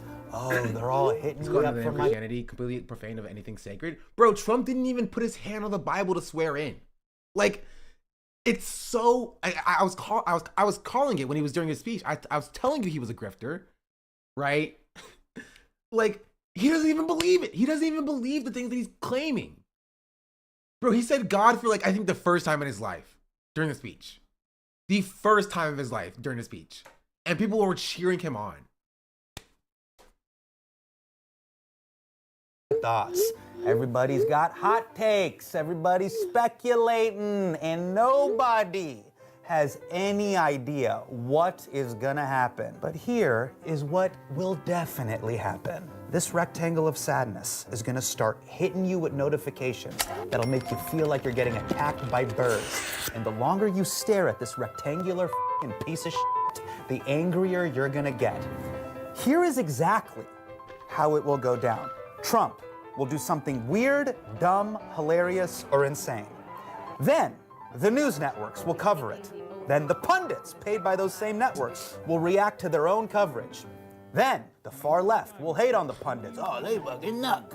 Simultaneously, MAGA will then hate on the lefties and the pundits, and they'll criticize anybody who criticizes the president. Oh, you have TDS, you got Trump. Then Elon will be launching rockets, then will quote Babylon Bee in the worst article you could think of with the thinky face emoji being like, interesting. Then the actually data nerds will come in and fact check everybody. It's like, oh, I'm vitamin D deficient. I just live in graphs. So this is actually the truth. Then everybody will on the actually nerds for pretending that they're just calling balls and strikes and just telling it how it is, when really they're just laundering their own political beliefs through graphs. And at the very last step of this process, this entire digital rectal feeding tube will be shoved up the ass of the general public. Each of these steps will play out every hour, every day, for the next 4 years. It will ruin your fucking life. It will start with a single fried synapse inside of Donald Trump's brain, and will end by frying a synapse in your brain. And the conduit for that entire journey will be this portal to hell that I can't get rid of because restaurants make me scan the QR code so I can look at the menu. Now look, good stuff could happen. He puts his phone in his back pocket. But bad stuff is going to happen. Real stuff that will make you very angry. But the important thing, and I'll go even further than Asana's going here, bad stuff has already been happening. And I know he knows this, right? This is my problem with this video so far, is him acting as though this is something that is new to Trump. You know what I mean? It's not. It's not. You feel me? Joe Biden is like biking on a bicycle, has a tumble. Conservative media covers that. Liberal media covers conservative media covering that. Like Republican pundits covers the liberal media's response, and then freaking left-wing pundits respond to those conservative pundits talking about it. It's the same thing, but inverse for the Trump cycle, for the Biden cycle. You know what I mean? That's what I'm saying, Obama. For the Biden cycle. It's not a unique thing, right? It's not a unique thing. You know what I mean? It's not. It's not a unique thing. He's not wrong in how he's describing this, right? He's not incorrect. But it's not unique. Would you ever go on a liberal platform, branch off of Lincoln Project for an interview with less liberal black women hosts? I'm young. one of two person at the company. They need voices like yours to be platform instead of our usual type of guest. Just want to know if I can reach out and you'd be a great guest. I can fill in the details if you're interested. Company's called Resolute Square, fairly new. I want to be against it. You can always just send me an email at my email. It should be underneath my Twitch thing. I will say, I am not a fan of the Lincoln Project. That's a separate thing, though. Is what do you do with your anger? Because just feeling strongly isn't enough. You don't want to end up like Cyndi Lauper singing We Are the World, just shrieking into a microphone, out of tune, while everyone around you wishes you weren't invited. Now, there are many ways to solve the world's problems, but I promise you, the answer is not in here. We've had these things for 10 years. Nothing good comes from this. As soon as something crazy happens, our instinct will be to look to the pundits, the podcasters, and true. I mean, we're not going to react to it very long. And other overconfident men to give us a sense of clarity. And their words will feel important, but I am telling you, they're not. Political commentary to Donald Trump is what Coney 2012 was to Coney. Coney the warlord is still on the loose. We did not catch this guy. And the guy who made the Coney documentary crashed out and may have jacked off in public. Were you also masturbating? Did I hear that too? There were rumors of masturbation, but no one who was there ever said that that was happening. Yeah. One of the things I keep hearing is if you're not angry, you're not paying attention. Oh, you better get angry. This is what they want. They don't want you to be angry. You got to be angry. Because if I don't read this. Neither I'm a comedy, but the host he'd be on with isn't an Republican moderate. I wouldn't actually be on a show if it's hosted by like Rick Wilson or something. If you're not angry, you're not focused. Well, it sounds good, but it begs an important question that my therapist asks me every week. Do you really want to live a life filled with unrelenting, manic anger? I mean, that is my life. That was my life under Trump for the first time, my life under Biden, and it's going to be my life under Trump for the second time. This didn't stop for me, right? It was the same exact thing. Manic anger at the Democrats. Honestly, and I'll go back to a tweet that I made, I was more angry at the Democrats because I didn't vote for Trump the first time. I didn't vote for Trump the second time. I was more angry at the Democrats because they let me down. I voted for Biden in 2020, right? He said he would cancel my student loans. He said he would fix, the housing crisis. He said he'd fix the healthcare system. He said he'd raise the minimum wage, right? There was a number, right now, Biden Promise Tracker. He's no longer the president, but I guarantee if I go to the Biden Promise Tracker, there were things that say in the works. How can things be in the works? Actually, no, they're gone now, actually. Okay, fair. There's 0 things here now. Respect. They followed through. They actually moved things to broken promises. You know what? I respect. Respect to PolitiFact. Because I was mad about this. They did move Biden stuff to broken. And so he's broken more promises than he's kept or that has been compromised on. And people are trying to tell you that he was a successful president from PolitiFact, the liberal institution, right? Who was running defense for Biden 90% of the time, who is still overly charitable to Biden when it comes to like, how do you compromise on eliminate the federal death penalty? How is that a compromise? Wait, what's the compromise there?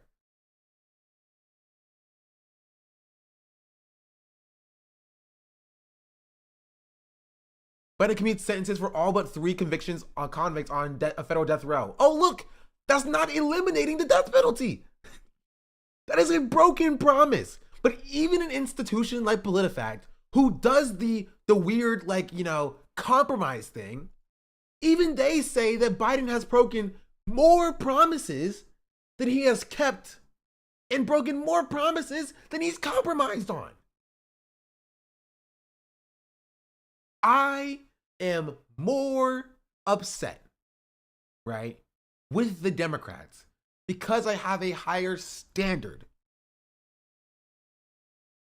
I have a higher standard for the Democrats because I voted for them. If I expected the Republicans to do good policies, I would have voted for the Republicans. I didn't because I don't expect them to do good policies. I vote for the Democrats for however long I've been voting for because I have an expectation of them doing good policies. They have told me that they will be doing good policies. And so when they don't do good policies, I'm more upset at them for not doing the good policies they claimed they were going to do than I am at the Republicans who claim that they're going to do bad policies and then do bad policies.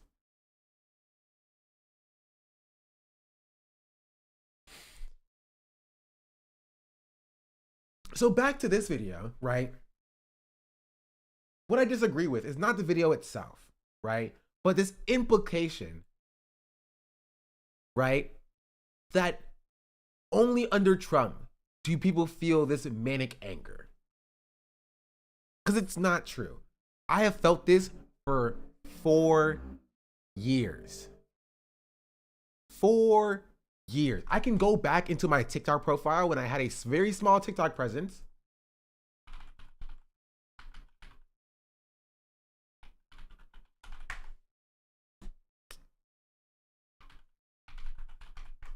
Oops, I can't spell. When I had a very small TikTok presence, it's still not large. I can keep scrolling back.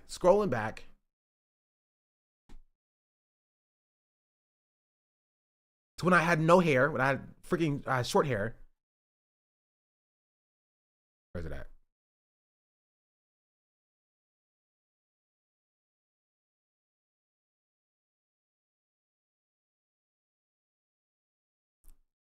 Oh, here. Joe Biden cancels. 2022. August 25th, 2022. When I was talking about how Joe Biden promised. Here. Medium article he wrote, April 9th, 2020. He said this. I'm sure you can read. You can pause to read that. And to me, that's enough to constitute a campaign promise. But if not, you can mosey down to the official Democratic Party's website's platform, where they said this. You can pause to read that as well. For those earning less than $125,000, we support forgiving all undergraduate tuition-related federal student debt from 2- and 4-year public colleges, universities, and we will also apply this to benefit individuals holding federal student loans for tuition for private HBCUs and MSIs. Right? I voted for Joe Biden specifically for one real reason. He claimed he was going to cancel my student debt. He promised on the campaign trail that he was going to cancel my student debt. I went to public institutions. I earned less than $125,000 a year. He said that he was going to cancel my student debt. That was a promise that he made. That was a promise that he made. And then when he got into office,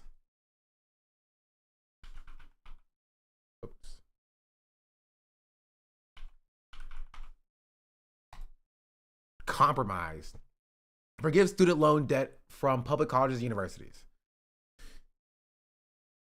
Joe Biden forgave student loan debt, but not as much as promised. His initial proposal was narrower than that promise. He proposed to forgive $10,000 in debt, $20,000 for Pell Grant for student loan borrowers earning less than $125,000 a year. This is already incorrect. I mean, he's here. This is what he promised. He proposed something smaller than that. That's true, right? And even then, most of it didn't even go through, right? Only about 44%. Only about 44% of the initial plan went through, right? And that's 10% of all federal student loan debt.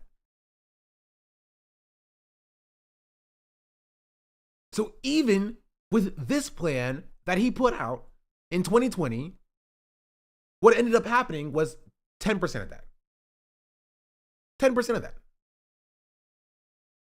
I have a higher expectation for the Democratic Party because they promised higher things. They promised me they would cancel all of my student debt. right? They canceled 0 of my student debt, and it canceled 10% of all federal student debt. Like, I'm sorry, if, like, we're grading on a scale here. If you get a 10% on a test, you still fail. If you get a 30% on a test, you still fail. If you get a 44% on the test, you still fail.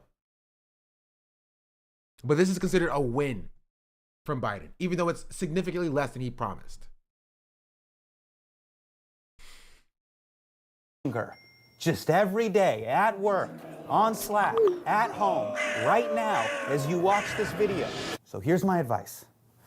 Do not let the outrage grifters hijack your brain. Getting up every morning and shoving this rectal feeding tube of rage up your own ass will make you insane. But am I just making you insane? Like, is this just more outrage? Did I build my whole personality on just outrage? Like, is that what am I actually part of the problem? Am I the problem? Maybe it's because I'm actually participating in this grift. Did I build my whole career on this grift? Like,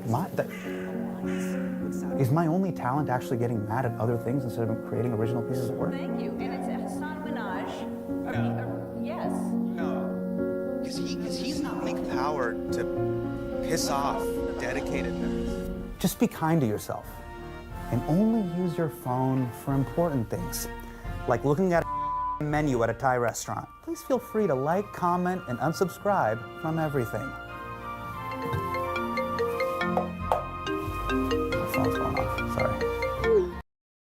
I think, and this is my issue, is that he's doing the whole like protect your peace thing, but like liberals have been doing that for the past 4 years anyway, right? He's not saying anything that like freaking MSNBC has not been saying while also covering Trump as well. You know what I mean? Like, I feel like that's not the message that we need right now. I don't know. I don't even know what the message that he's like.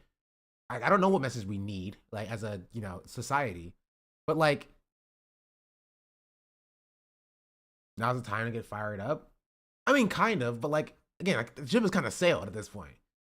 We have, as society, willingly and peacefully handed the keys to somebody who has claimed that they want to be a fascist dictator, right? We've already lost at this moment. You know what I mean? But there are things you can do, and we should be doing to mitigate the harm caused as well. How do you protect your peace if you're not informed? Well, just shut your phone off. You know what I mean? Just close your eyes and sleep in blissful ignorance while your neighbors are being deported. You know what I mean?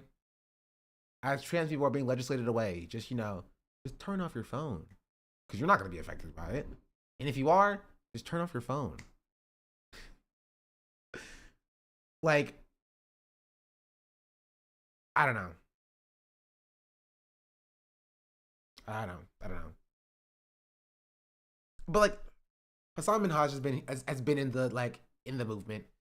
He's spoken out for Palestinians. Like, I'm not gonna sit here and act like he's done nothing to stop it from getting here in the first place. Unlike some other liberals who are going to do the same thing. Like, if you didn't see my freaking tweet, I am responding to people. This is what I said in response to Olivia. Olivia said, leftists aren't the reason we lost, but man, I do hope y'all realize when all this goes down that you allowed social media to convince you to spend all of your time beating on Democrats instead of holding Republicans accountable for anything. You are a pawn. Enjoy 2024 and 2028. And I said, you never have to listen to these people again after today. Let them fade into obscurity. We were right. We were correct.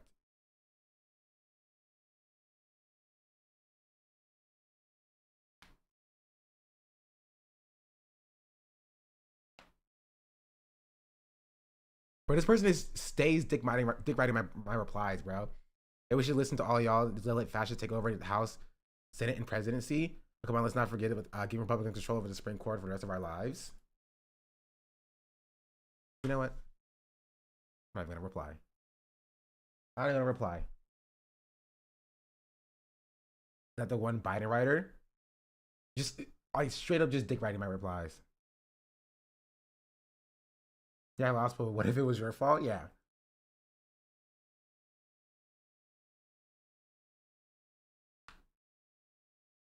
It's a final iteration of brunch as usual, acting as if any discourse is bad discourse and admitting that you have no real intent to spreading the message beyond farming clicks. It actually made me upset on the social app that my school uses, that people were saying, and people love victimizing themselves and saying this presidency won't affect most people. There's a level of complacency from people who have privilege. Yeah. Democrats have been spending time since October 2023 undermining their own chances by not taking the demands for a ceasefire seriously, and it influenced people's trust in the party. Yeah. Protect your peace by not responding to libs. And as you can see, my notifications are blowing up because it's not even just this tweet. It's a number of other tweets that I made, particularly like this one. And like, where's it at? This one as well. Not really this one, but like, where is it? This one with 23,000 likes, almost 1 million impressions. Like people are arguing over this tweet. But yeah, it's just, I don't know. I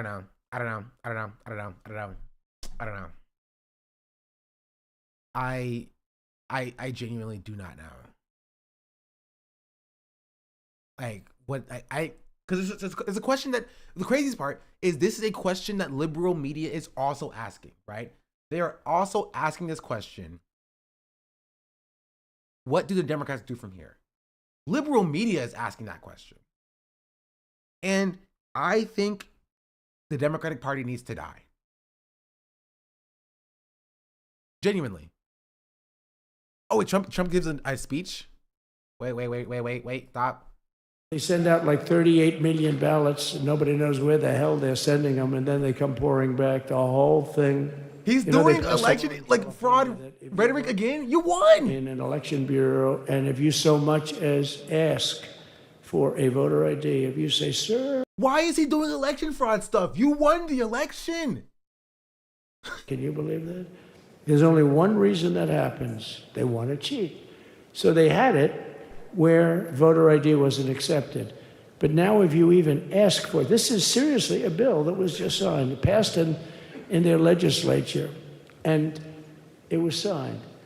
And I think when we get things cleaned up and we get back to a little bit of normalcy, I'm going to ask the speaker to really get involved, because I think we would have won the state of California, because, you know, if you look at my numbers with Hispanic... California would have turned red if it wasn't from voter ID laws. It's such a funny take, bro. That had never been won, as the governor said, he's doing a good job, the governor, by the way, of Texas. But as the governor said, it hasn't... Oh, did I get lucky? Did I get lucky? Supposing I said... You know, he's not here, but the governor of Texas has done a terrible job. Wow, look at you. You mean we couldn't get you up in the front row? I tell you.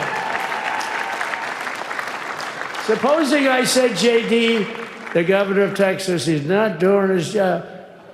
You heard what I said? See, I didn't know you were there. I said he's doing a great job. He's doing a phenomenal job. But now you're going to have a partner. He has no idea what his name is, by the way. Because you didn't have. Not only did they have governor of Texas, he has no idea who Greg Abbott is. Like his name. Right? We have a fence structure that we worked on. The governor worked on with me, and I didn't love it, to be honest with you. I wanted a nice precast concrete, 40, 50 feet high, like a beautiful. Could have been a T-shape, Y-shape.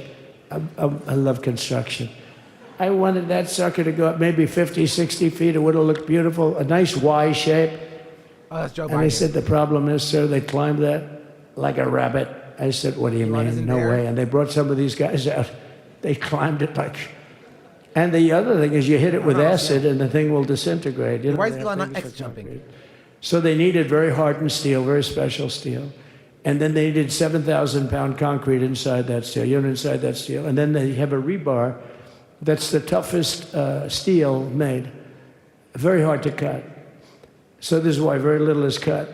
I mean, it's right. And then they put a anti-climb panel on top. I hated it. I said, it's so unattractive.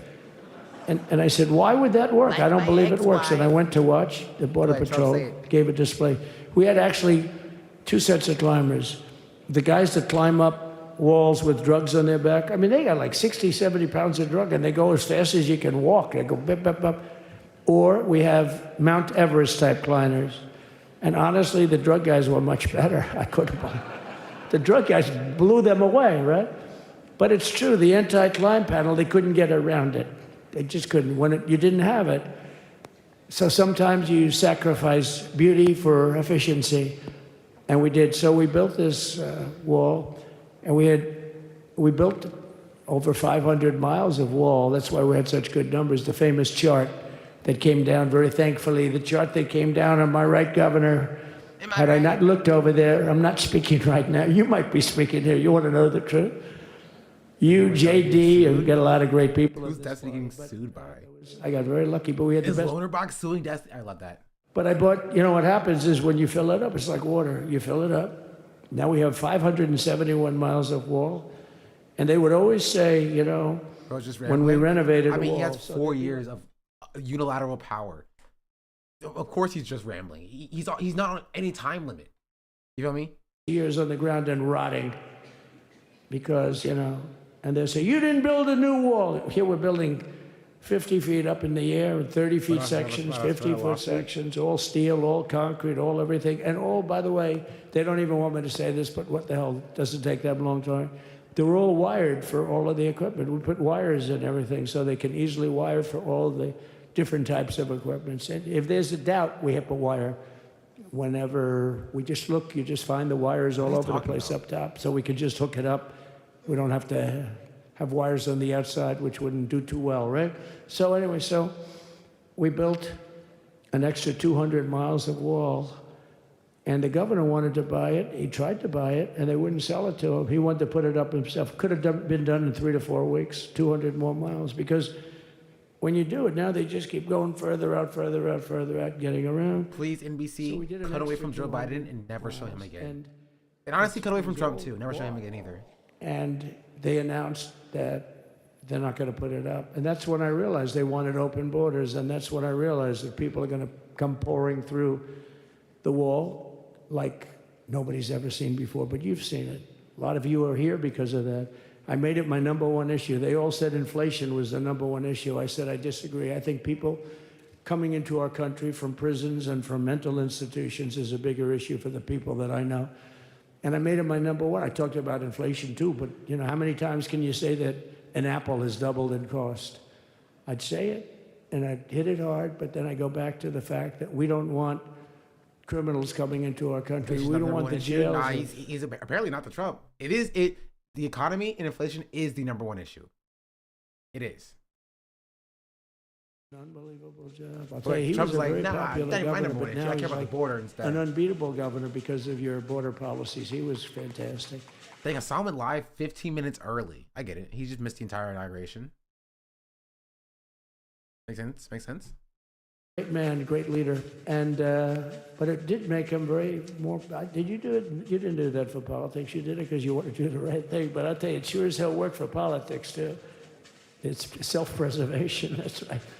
But yeah, because the people are demanding it. The people of Texas are demanding it. The people are demanding it all over. So anyway, no, I think he performed yesterday. And they wouldn't. Okay.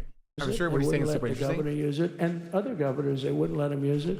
But he was the leader of the pack and did a great job. And then we heard about a month ago that not only wouldn't they let it use it, they were selling it. They were going to sell it for 5 cents on the dollar. Now, 5 cents on the dollar then, but today it would cost more than twice as much to build. Or the performer tonight. Like 6 years ago. And it was just sitting on the ground. Waka Flocka Flame? Well for the whole thing. Not Waka. But it was just sitting on the ground, and I heard about it, and I called the governor, and I called a lot of people, your attorney general. And here's the story. Snoop Dogg. They were going to buy it, and these are great business people. They were going to buy it for 5 cents on the dollar or less, and they were calling us up, we'll sell it to you for 200 cents on the dollar. In other words, it will cost you twice as much, so it's 200 cents on the dollar. I said, can somebody explain that to a judge? I mean, how corrupt is that? You'd think they'd say maybe he's just yapping. We'll sell it to you for 20 cents. He's just 30 yapping. cents. But not 200 cents. So they were going to buy something for 5 cents and they were going to sell it to us for a fortune. They were going to make it would be, they'd have it down that in Fortune magazine, they'd put it of the deal of the year, okay? You buy something like that. But it was so corrupt and so horrible. And when we told that to the administration, they didn't care. They just kept going forward. They couldn't care less. And they kept going forward. They knew that they were trying to sell it back to us. They would have sold it back to us. You would have ended up buying it. You would have paid probably 50 Also, 60 Matthew Lee, cents. thank you for the 5 gifted subs, by the way. They were going to use it for scrap metal, but then they made a much better deal. They could just buy it and sell it to us. Okay, please get to it. 15, 20 times what they paid. 20 times, think of it, like 20 times what they paid. And we wouldn't let it happen. And the governor with his attorney general, Ken Paxton, they made a fantastic, very good lawyer. He's pushing on pretty good by people, right? They said, you got a great attorney general. They said, leave him alone. He was with me. And the governor went to court, and a judge actually became incensed and actually called for an investigation. How could a thing like this happen? He's the president now. So he stopped it. So we're waiting to put that wall up. And now that you have a new president, that wall will go up so fast. The governor will complain, sir. This is Greg Abbott, sir. Please, the wall is going up too fast. Please don't do that. You know the story about winning? No, we're going to win too much. We're winning too much. Please, stop. People always love that one. We'll do this with the wall. Governor Abbott calls, sir, the wall is going up too fast. We can't take it. We just can't take it. No, I think you'll be very happy if the wall goes up too fast, right? But we'll get that dude and we'll work with you on that. But it was a great decision by a great Texas judge, right? And it was beautiful, beautiful to watch. He stopped them right in their track. I mean, they were literally loading this stuff onto trucks. It was terrible. Honestly, it was terrible. And he wouldn't take it. So I'm so glad I mentioned that they have a really good governor in Texas. And I swear, I didn't know he was here. I swear to you, it sounds like a setup. I didn't know you would end. Did I get lucky? I said the right thing. Because there have been moments when I wasn't so happy with him, you know? But not too many, I can tell you that. So anyway, it's good to see you too, Governor. Great. But I just want to thank everybody. You've been incredible. I recognize so many of you. It's so crazy. But this has been a long journey. This was a journey that started in 2015, probably started 20 years before that. People used to say, you're going to run for president? You're going to run? And I always said, no, I don't want. And then one day I said, let's give it a shot. And what I talked about then was the border, too. I think it probably was the #1 issue for me. Back in 2015, 2016, I talked about the border. And now I talked about the border, but this border is much worse. We fixed the border. It was totally fixed. There was nothing to talk about. 2020, it was totally fixed? By the way, that election was totally rigged, but that's okay. You won, bro. It was a rigged election. He can say that now. The only thing good about it, it showed how... It doesn't matter. He can say that now, even if it's objectively incorrect. Whatever. Historically, this is a much bigger event. If that would have gone like it should have. The bad thing about it is some bad things happened, like a lot of people in our country that wouldn't be in our country right now. So, that's the bad part. But I will say that it started in 2015, and right from the beginning, we went to the top. Day one. They announced Trump, and Trump went to #1 and stayed there for the whole primary. And then we took on Hillary. She didn't look too happy today. We took on Hillary.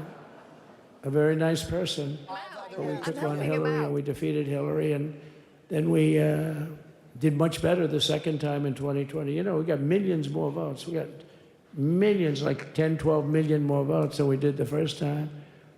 No president has ever gotten that many more votes. I got like 9 million more than anybody else had ever gotten. And they said we lost. And because of that, I said to Melania, what do you think? And she said, you want to do this again? And had we lost, and had I thought we lost... Okay, to be fair, her hat looks a lot like Pizza Hut. All right, okay, I'll say it. Because that's like the ultimate poll, right? I stole that from But I knew how well we did, and this time we made it too big to rig. It was so big. They tried. They tried like hell. In the butt.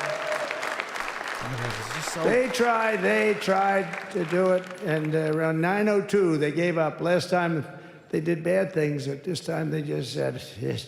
I don't know if you saw, Mr. Speaker, in Washington, they had placards. They were all set to march. They thought Biden leaves Washington as Trump takes office. Please, just never come back.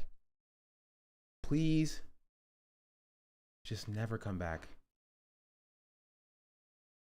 Because people that are true Trumpers are so angry at the whole polling system and at the writers, the fake news, that they don't want to talk to anybody. So when you call somebody from Trump, who are you voting for?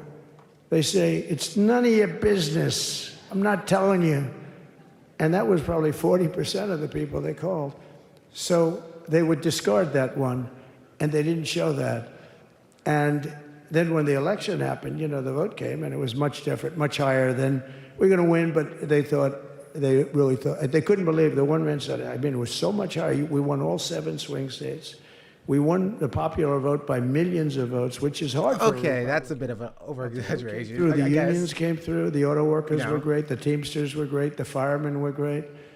Now he's shouting out the Teamsters? Almost every union was great. The only one that weren't great, although Sean was great, and the Teamsters, Sean O'Brien, the head of the Teamsters, was fantastic.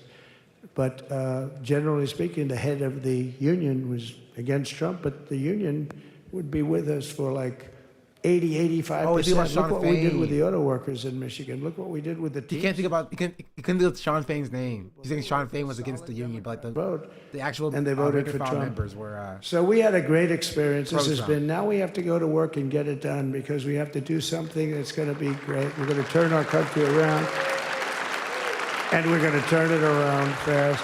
And I think this was a better speech than the one I made upstairs. Okay. I think this was better, JD. I think this was much better, and I got to see my friend. So, Governor, take care of yourself. You call me, we'll start working. You know what that means with him? He's going to be calling me tomorrow morning at about 6. And I said, how about next week? You call me, and we're going to get it started real fast. We'll really help you a lot. You've done a fantastic job protecting something which is it's not supposed to be for the states. And amazing job you've done. Thank you very much. And I want to thank everybody. And I have a First Lady who's been incredible. She's been incredible. I shouldn't say this. I'm going to get hell when I say this, but her feet are absolutely aching. You know, those heels. And we thought we were leaving. We were going home. Sir, would you be able to go down and say hello to some of your other fans that are here? I said, oh, I didn't know that. Wow. Did you get to see pretty clearly the picture, I hope? Good. That's good. But because you wouldn't want to make the same speech again, right? But she said, darling, I love you so much, but my feet are killing me. I said, honey, let me just see how far it is. I asked the person. Oh, not that long, maybe 400 or 500 yards. That's 5 football fields. I said, can you make it? She said, we're going to make it no matter what. We're going to make it because we have to go. Right? Right? And then we went out to the helicopter, though, just prior to this and said goodbye. And it's a custom. And the wind is blowing like crazy. And with the hat that she's wearing, she almost blew away. We almost lost her. Okay. She was being elevated I'm off glad the you ground. pointed out the hat. No. So we all appreciate it because you've been a great First Lady, a beautiful and a great First Lady. And they love our First Lady. You know, JD, whenever... Didn't Trump cheat on her? Or did he, you know, was that before he ever got married? They should. She's great. So I just want to thank you. Thank you very much. I just want to thank everybody. And I felt that, I said to JD, should we give him the A treatment, the B treatment, the C, the D, or the F? You know what the F is? Hello, everybody. Thank you for being here. Bye-bye. I gave you the A+ treatment. Thank you. Thank you all. Thank you, Governor. Thank you all very much. Appreciate it. So they just got the A+. That's insane. All right, but that was President Trump's remarks to the overflow room, and I believe longer than his inaugural address, and definitely had that rally feel. It was riffing and feeling the moment as he went through some of the greatest hits that he tends to hit in a rally speech. Absolutely. It's the difference between scripted President Trump and unscripted President Trump, and we're quite familiar with him. He ticks through some of his... Yeah, but like, you know what I mean? I'm not, okay, obviously, the rape is worse, obviously. But like, from like, the way he talks about like, oh, I love this woman's like the best first lady or whatever, I'm like, yeah, but if you're cheating on her, you feel me? Like, that's kind of an interesting way to take that. We have been talking... But honestly, like, it's, again, that's probably not even like the worst on like the list of things that he's done. College won all of the swing states, and clearly that's a theme that he'll be leaning into. Let me bring in someone who was at the swearing-in ceremony today, former House Speaker Kevin McCarthy. Mr. Speaker, thank you for being with us. Thanks for having me. The president laid out a lot of ideas, some executive orders, some... Honestly, if there's one person who lost more than Joe Biden, okay, not more than Joe Biden, Kevin McCarthy got like the short end of the stick. Like, bro not only got ejected from Congress, you know what I mean, from his position, but like got replaced by like freaking someone's name who's like Maya Johnson, like dog, my dick, replaced him, and the person who he wasn't even really a fan of, Donald Trump, won the election. That's kind of an L. Big sweeping policy ideas. How many of those, I mean, realistically, listen to them, how many of them are more aspirational than doable? What he listed now, I think, are most of all doable and achievable. And remember, this is the difference. He's already done the job before. He's been out of office. Oh, is he dick writing? Okay, Kevin. Kevin wants something. Come on, Kevin. Focusing greater. Now he's coming back. He's not going to wait for some staffer to tell him how to do it. He also feels as though he allowed people to slow them down. Certain things he wanted to do first, they said, no, do that later, and he didn't get around to it. So he's not going to waste any time. Think about how quick he put his cabinet together, faster than before. He's got some confirmed today. He's got a majority on both sides that he knows in 2 years from now it's hard to keep the House. You usually have a 9-month honeymoon. You've got a reconciliation. It's tough. They decide 1 or 2 bills. That really only matters how big do they make these. So when he talks about the border being a disaster, that's a way that he can take care of the border without maybe doing a bill. So that makes it easier that you don't have to do the 2 bills. But he will push this Congress more than this Congress knows they'll want to be. Well, I was going to say some things he can do by executive order, but to really make an impact, you do have to pass legislation. And here in the House, and you know, nobody could probably count heads better than you sitting at this table. I mean, he's got a 1-seat majority. Today's a reminder that Pod, sleeping arm gesture points to literally everything, did not save America. To be fair, that Pod did not save America. That, you know, that doesn't mean pods, you know, generally don't save America. We need our Joe Rogan. We need a leftist Joe Rogan. And you know who that leftist Joe Rogan is, chat? That's right. Now, what we It's will see Asmongold. is the first family heading towards the area of the White House. And, This guy we'll be bringing that is to leftist you Joe Rogan. right here on Live Now from Fox when that does happen. But Dog, he again, has 230,000 people watching.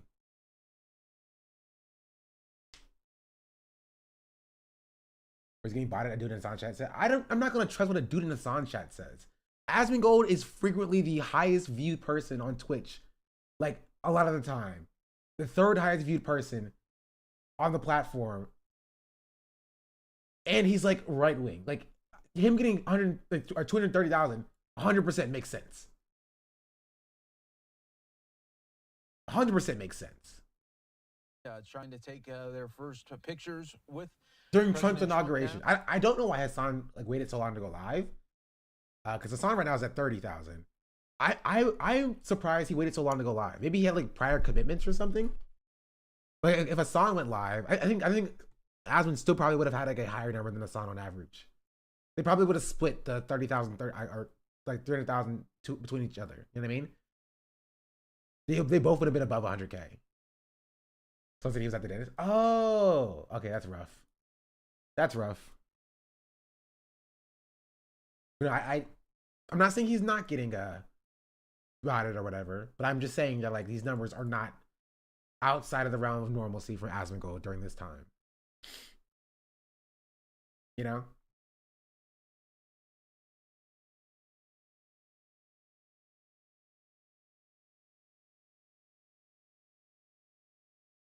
I mean, nobody scheduled the dems for exactly the inauguration. I don't know. I'm not a sign. But yeah.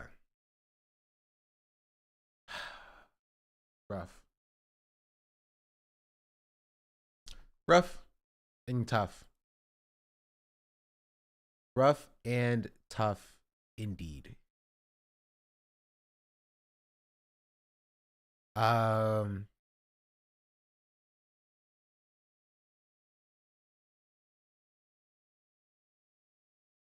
think that's kind of it. Their justice, they just... Yeah, they're just going to be yapping. Okay, he doesn't. Well, he's going to be around for the next 4 years at least. You know what I mean? You're going to see, actually, even worse than that, you're going to see not just Asman being propped up as like a right-wing figure or right-wing figurehead. You're going to see other Asmans popping up and becoming insanely successful, right? You're going to see like the counterculture of Twitch politics. Right now, there isn't a lot of right-wing voices on Twitch that are like super large. There are other right-wing voices, but they're not like super large in like the thousands of viewer range, like you see with like Mike and Dems and Kremlo and other like Struggle For and other like left-wing voices on Twitch. But you're gonna start seeing a lot more of that as Asman viewers on Twitch come to Asman for his commentary, and then other people propping up as well, or like, you know, coming up as well, and those viewers being disseminated down to like a complex around Asman, talking about like right-wing politics and stuff. Been sitting in there? I don't think that's right. Is retribution Wait, still... where's Shou Chu? Okay, I need to know if Shou was at the inauguration. He said he was going to be there. He has to post like a TikTok from the inauguration though. Shou Chu.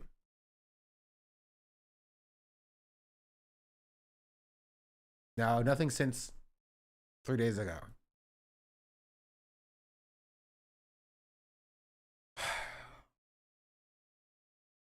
But yeah, it's interesting to say the least.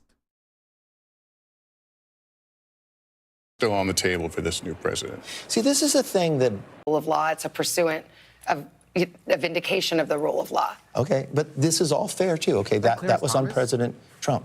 But at the very same moment you're saying that, you had a President Joe Biden that had the documents inside his garage. But this is something that was different than the two.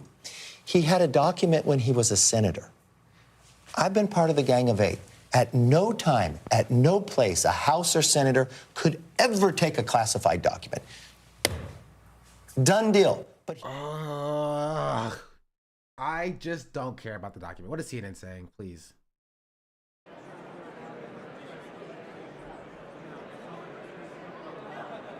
As a reception?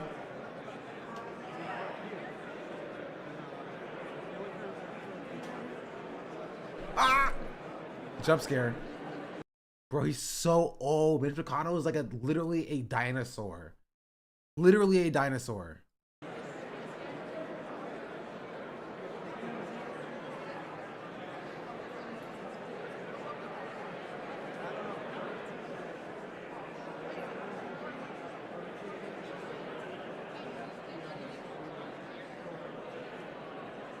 Also, I want to point out, this is now CNN cutting back to Barron Trump. This has to be a part of the thing now, right? And this is my lock. I feel like you're going to see a lot more of Barron Trump. You're going to see the media running a lot of stories about like, oh, Barron Trump's first year of college. This is what people have to say about him. Oh, there's Barron Trump on on the tennis court or something. Oh, this is Barron Trump doing this because it's weird. It's weird. I feel like the media is setting him up to be like a figure in his own right. Just, oh, look, there he is. He made another appearance after they changed camera angles. Oh my freaking goodness. RFK, Brainworms, Incarnate.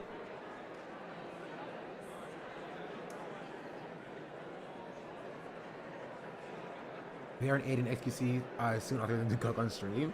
I actually 100% can see Aiden doing a stream with Baron. 100%.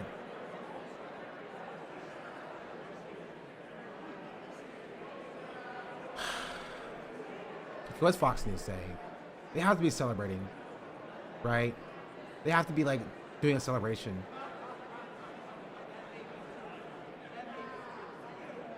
A victory lap or something. I mean that. Oh, Joe Biden We're talking. genuinely grateful. As you heard me say before, no president gets to choose the moment they enter history, but they get to choose the team they enter history with. And we chose the best damn team in the world. You are. No, it's because of you. I mean this sincere from the bottom of my heart. Because of you, we got so much done for all Americans. I look down there, my Secretary of State, Tony Blinken, exceeded only by his wife who worked in reverse. But look, I only hope to look back in these years. I hope you look back on them with the same pride I have of all you've done. And I'm proud of is that you did it upholding the core values of honesty, decency, and integrity. I mean, no scandal. I mean, it's incredible what you did. And you represent the best of who we are as Americans. That's not a joke. That's real. Now, while I relied on your ideas and resolve and counsel, we also relied on your families. To all your families, thank you for the sacrifices you made. I mean it. For being part of this journey. Every day, I'm deeply moved by all we all did for this country. I really mean it.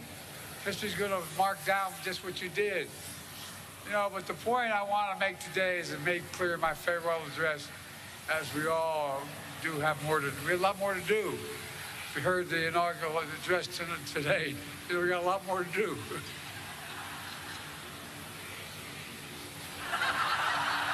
I know from many years of experience, there are up and downs, but we have to stay with it. My dad taught me the measure of a person, you heard me say this before, is how quickly they get back up when they get knocked down. That's what we have to do right now. And we've always done our best as Americans. We never give up. Never. We're leaving office, but we're not leaving the fight. Please leave. Please leave. You're skilled, you're passionate. The country needs you again. So all of you can, stay engaged in all the ways you can. Whether it's in public service, the private sector, philanthropy, academia, running for office yourself, or anything else you choose to do. I give you my word, we believe in you. We, Jill and I, our family, believe in you. Just as I've said, how the laws we enacted, our seasons are going to grow and bloom for decades to come. I say that to you as well. I have no doubt you'll make this experience and taking the friendships you made to continue to do amazing things in decades to come. That's why I see a future. All of it leading the way by you all. You know, so take some time to decompress, reconnect with your friends, spend more time with your family, but most of all, take care of yourselves and each other. I mean it. Let me close where I began with my sincere gratitude. And I really mean it from the bottom of my heart. I've been doing this for 50 years. You're the best group of people. Hard to say. It's been the honor of my life to serve as your president. And I tell you what, the greater honor is being able to serve with all of you. You're incredible. You really are. You really are. Mark my words. History's going to judge what you've done as one of the most significant contributions that's been made by all of America. Look, folks, you know, let me close with that poem you heard me quote before. Seamus Haney wrote, "Once in a lifetime, the longed-for tidal wave of justice will rise up in hope and mystery rhyme. You made it rhyme louder than it's rhymed in a long time." I really mean it. We're on the cusp of real change, so let's make hope and history rhyme. I love you all. I'm keeping you too long, but thank you. Bottom of our heart, thank you. Can I go up this way?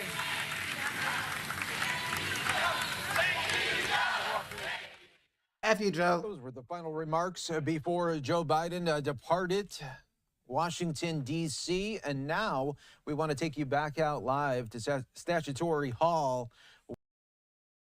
Calling it Statutory Hall and then showing Don Jr. is so funny. Where soon the inaugural luncheon will take place. We see, which we're not watching. I'm sure it's super exciting and stuff. You can watch it with Asmongold. I'm sure he's gonna cover it super well.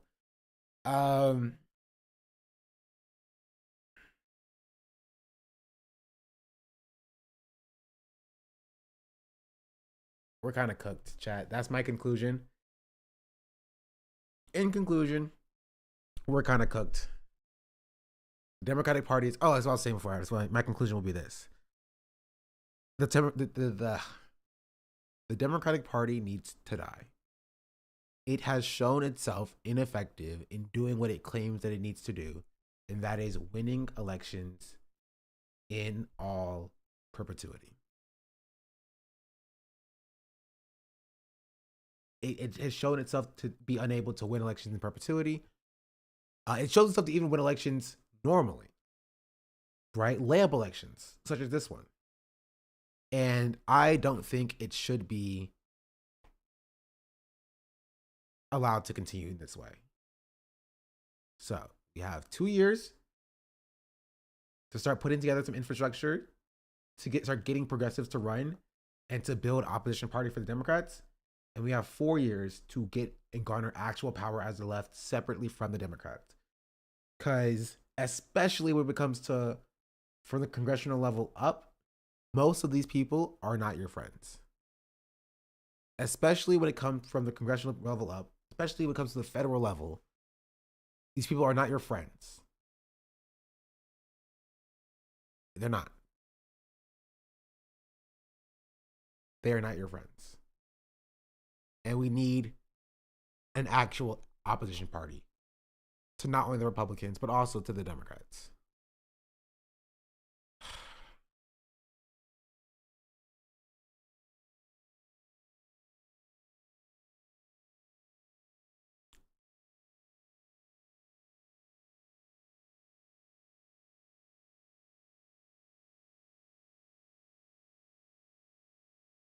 Like,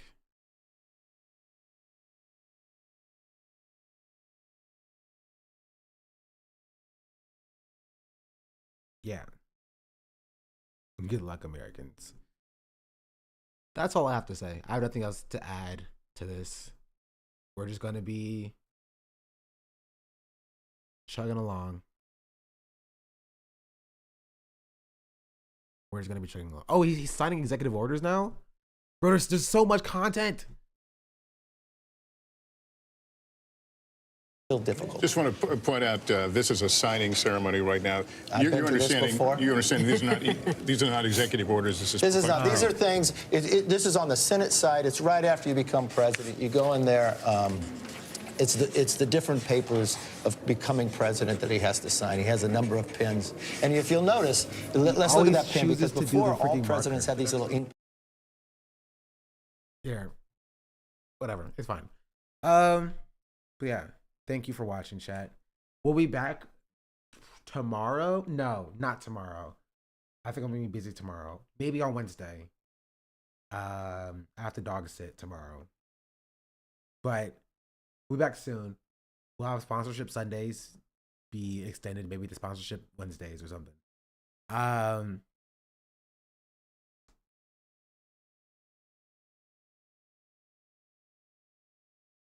We're kind of cooked. We're kind of cooked. I just don't know what else to say. I hate the Democrats, is my last final conclusion. And they will never get my vote again in my life. Never. Any final thoughts?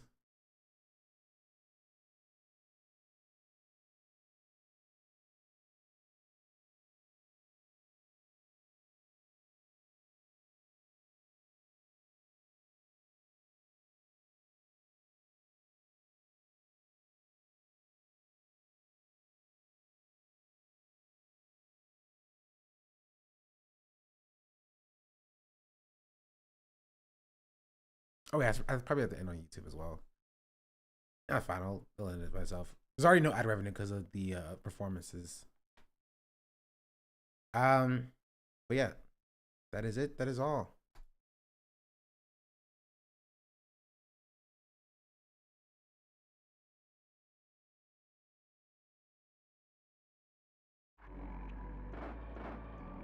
Hello? Where's my music at? Why is it not playing? Play. I cannot hear it.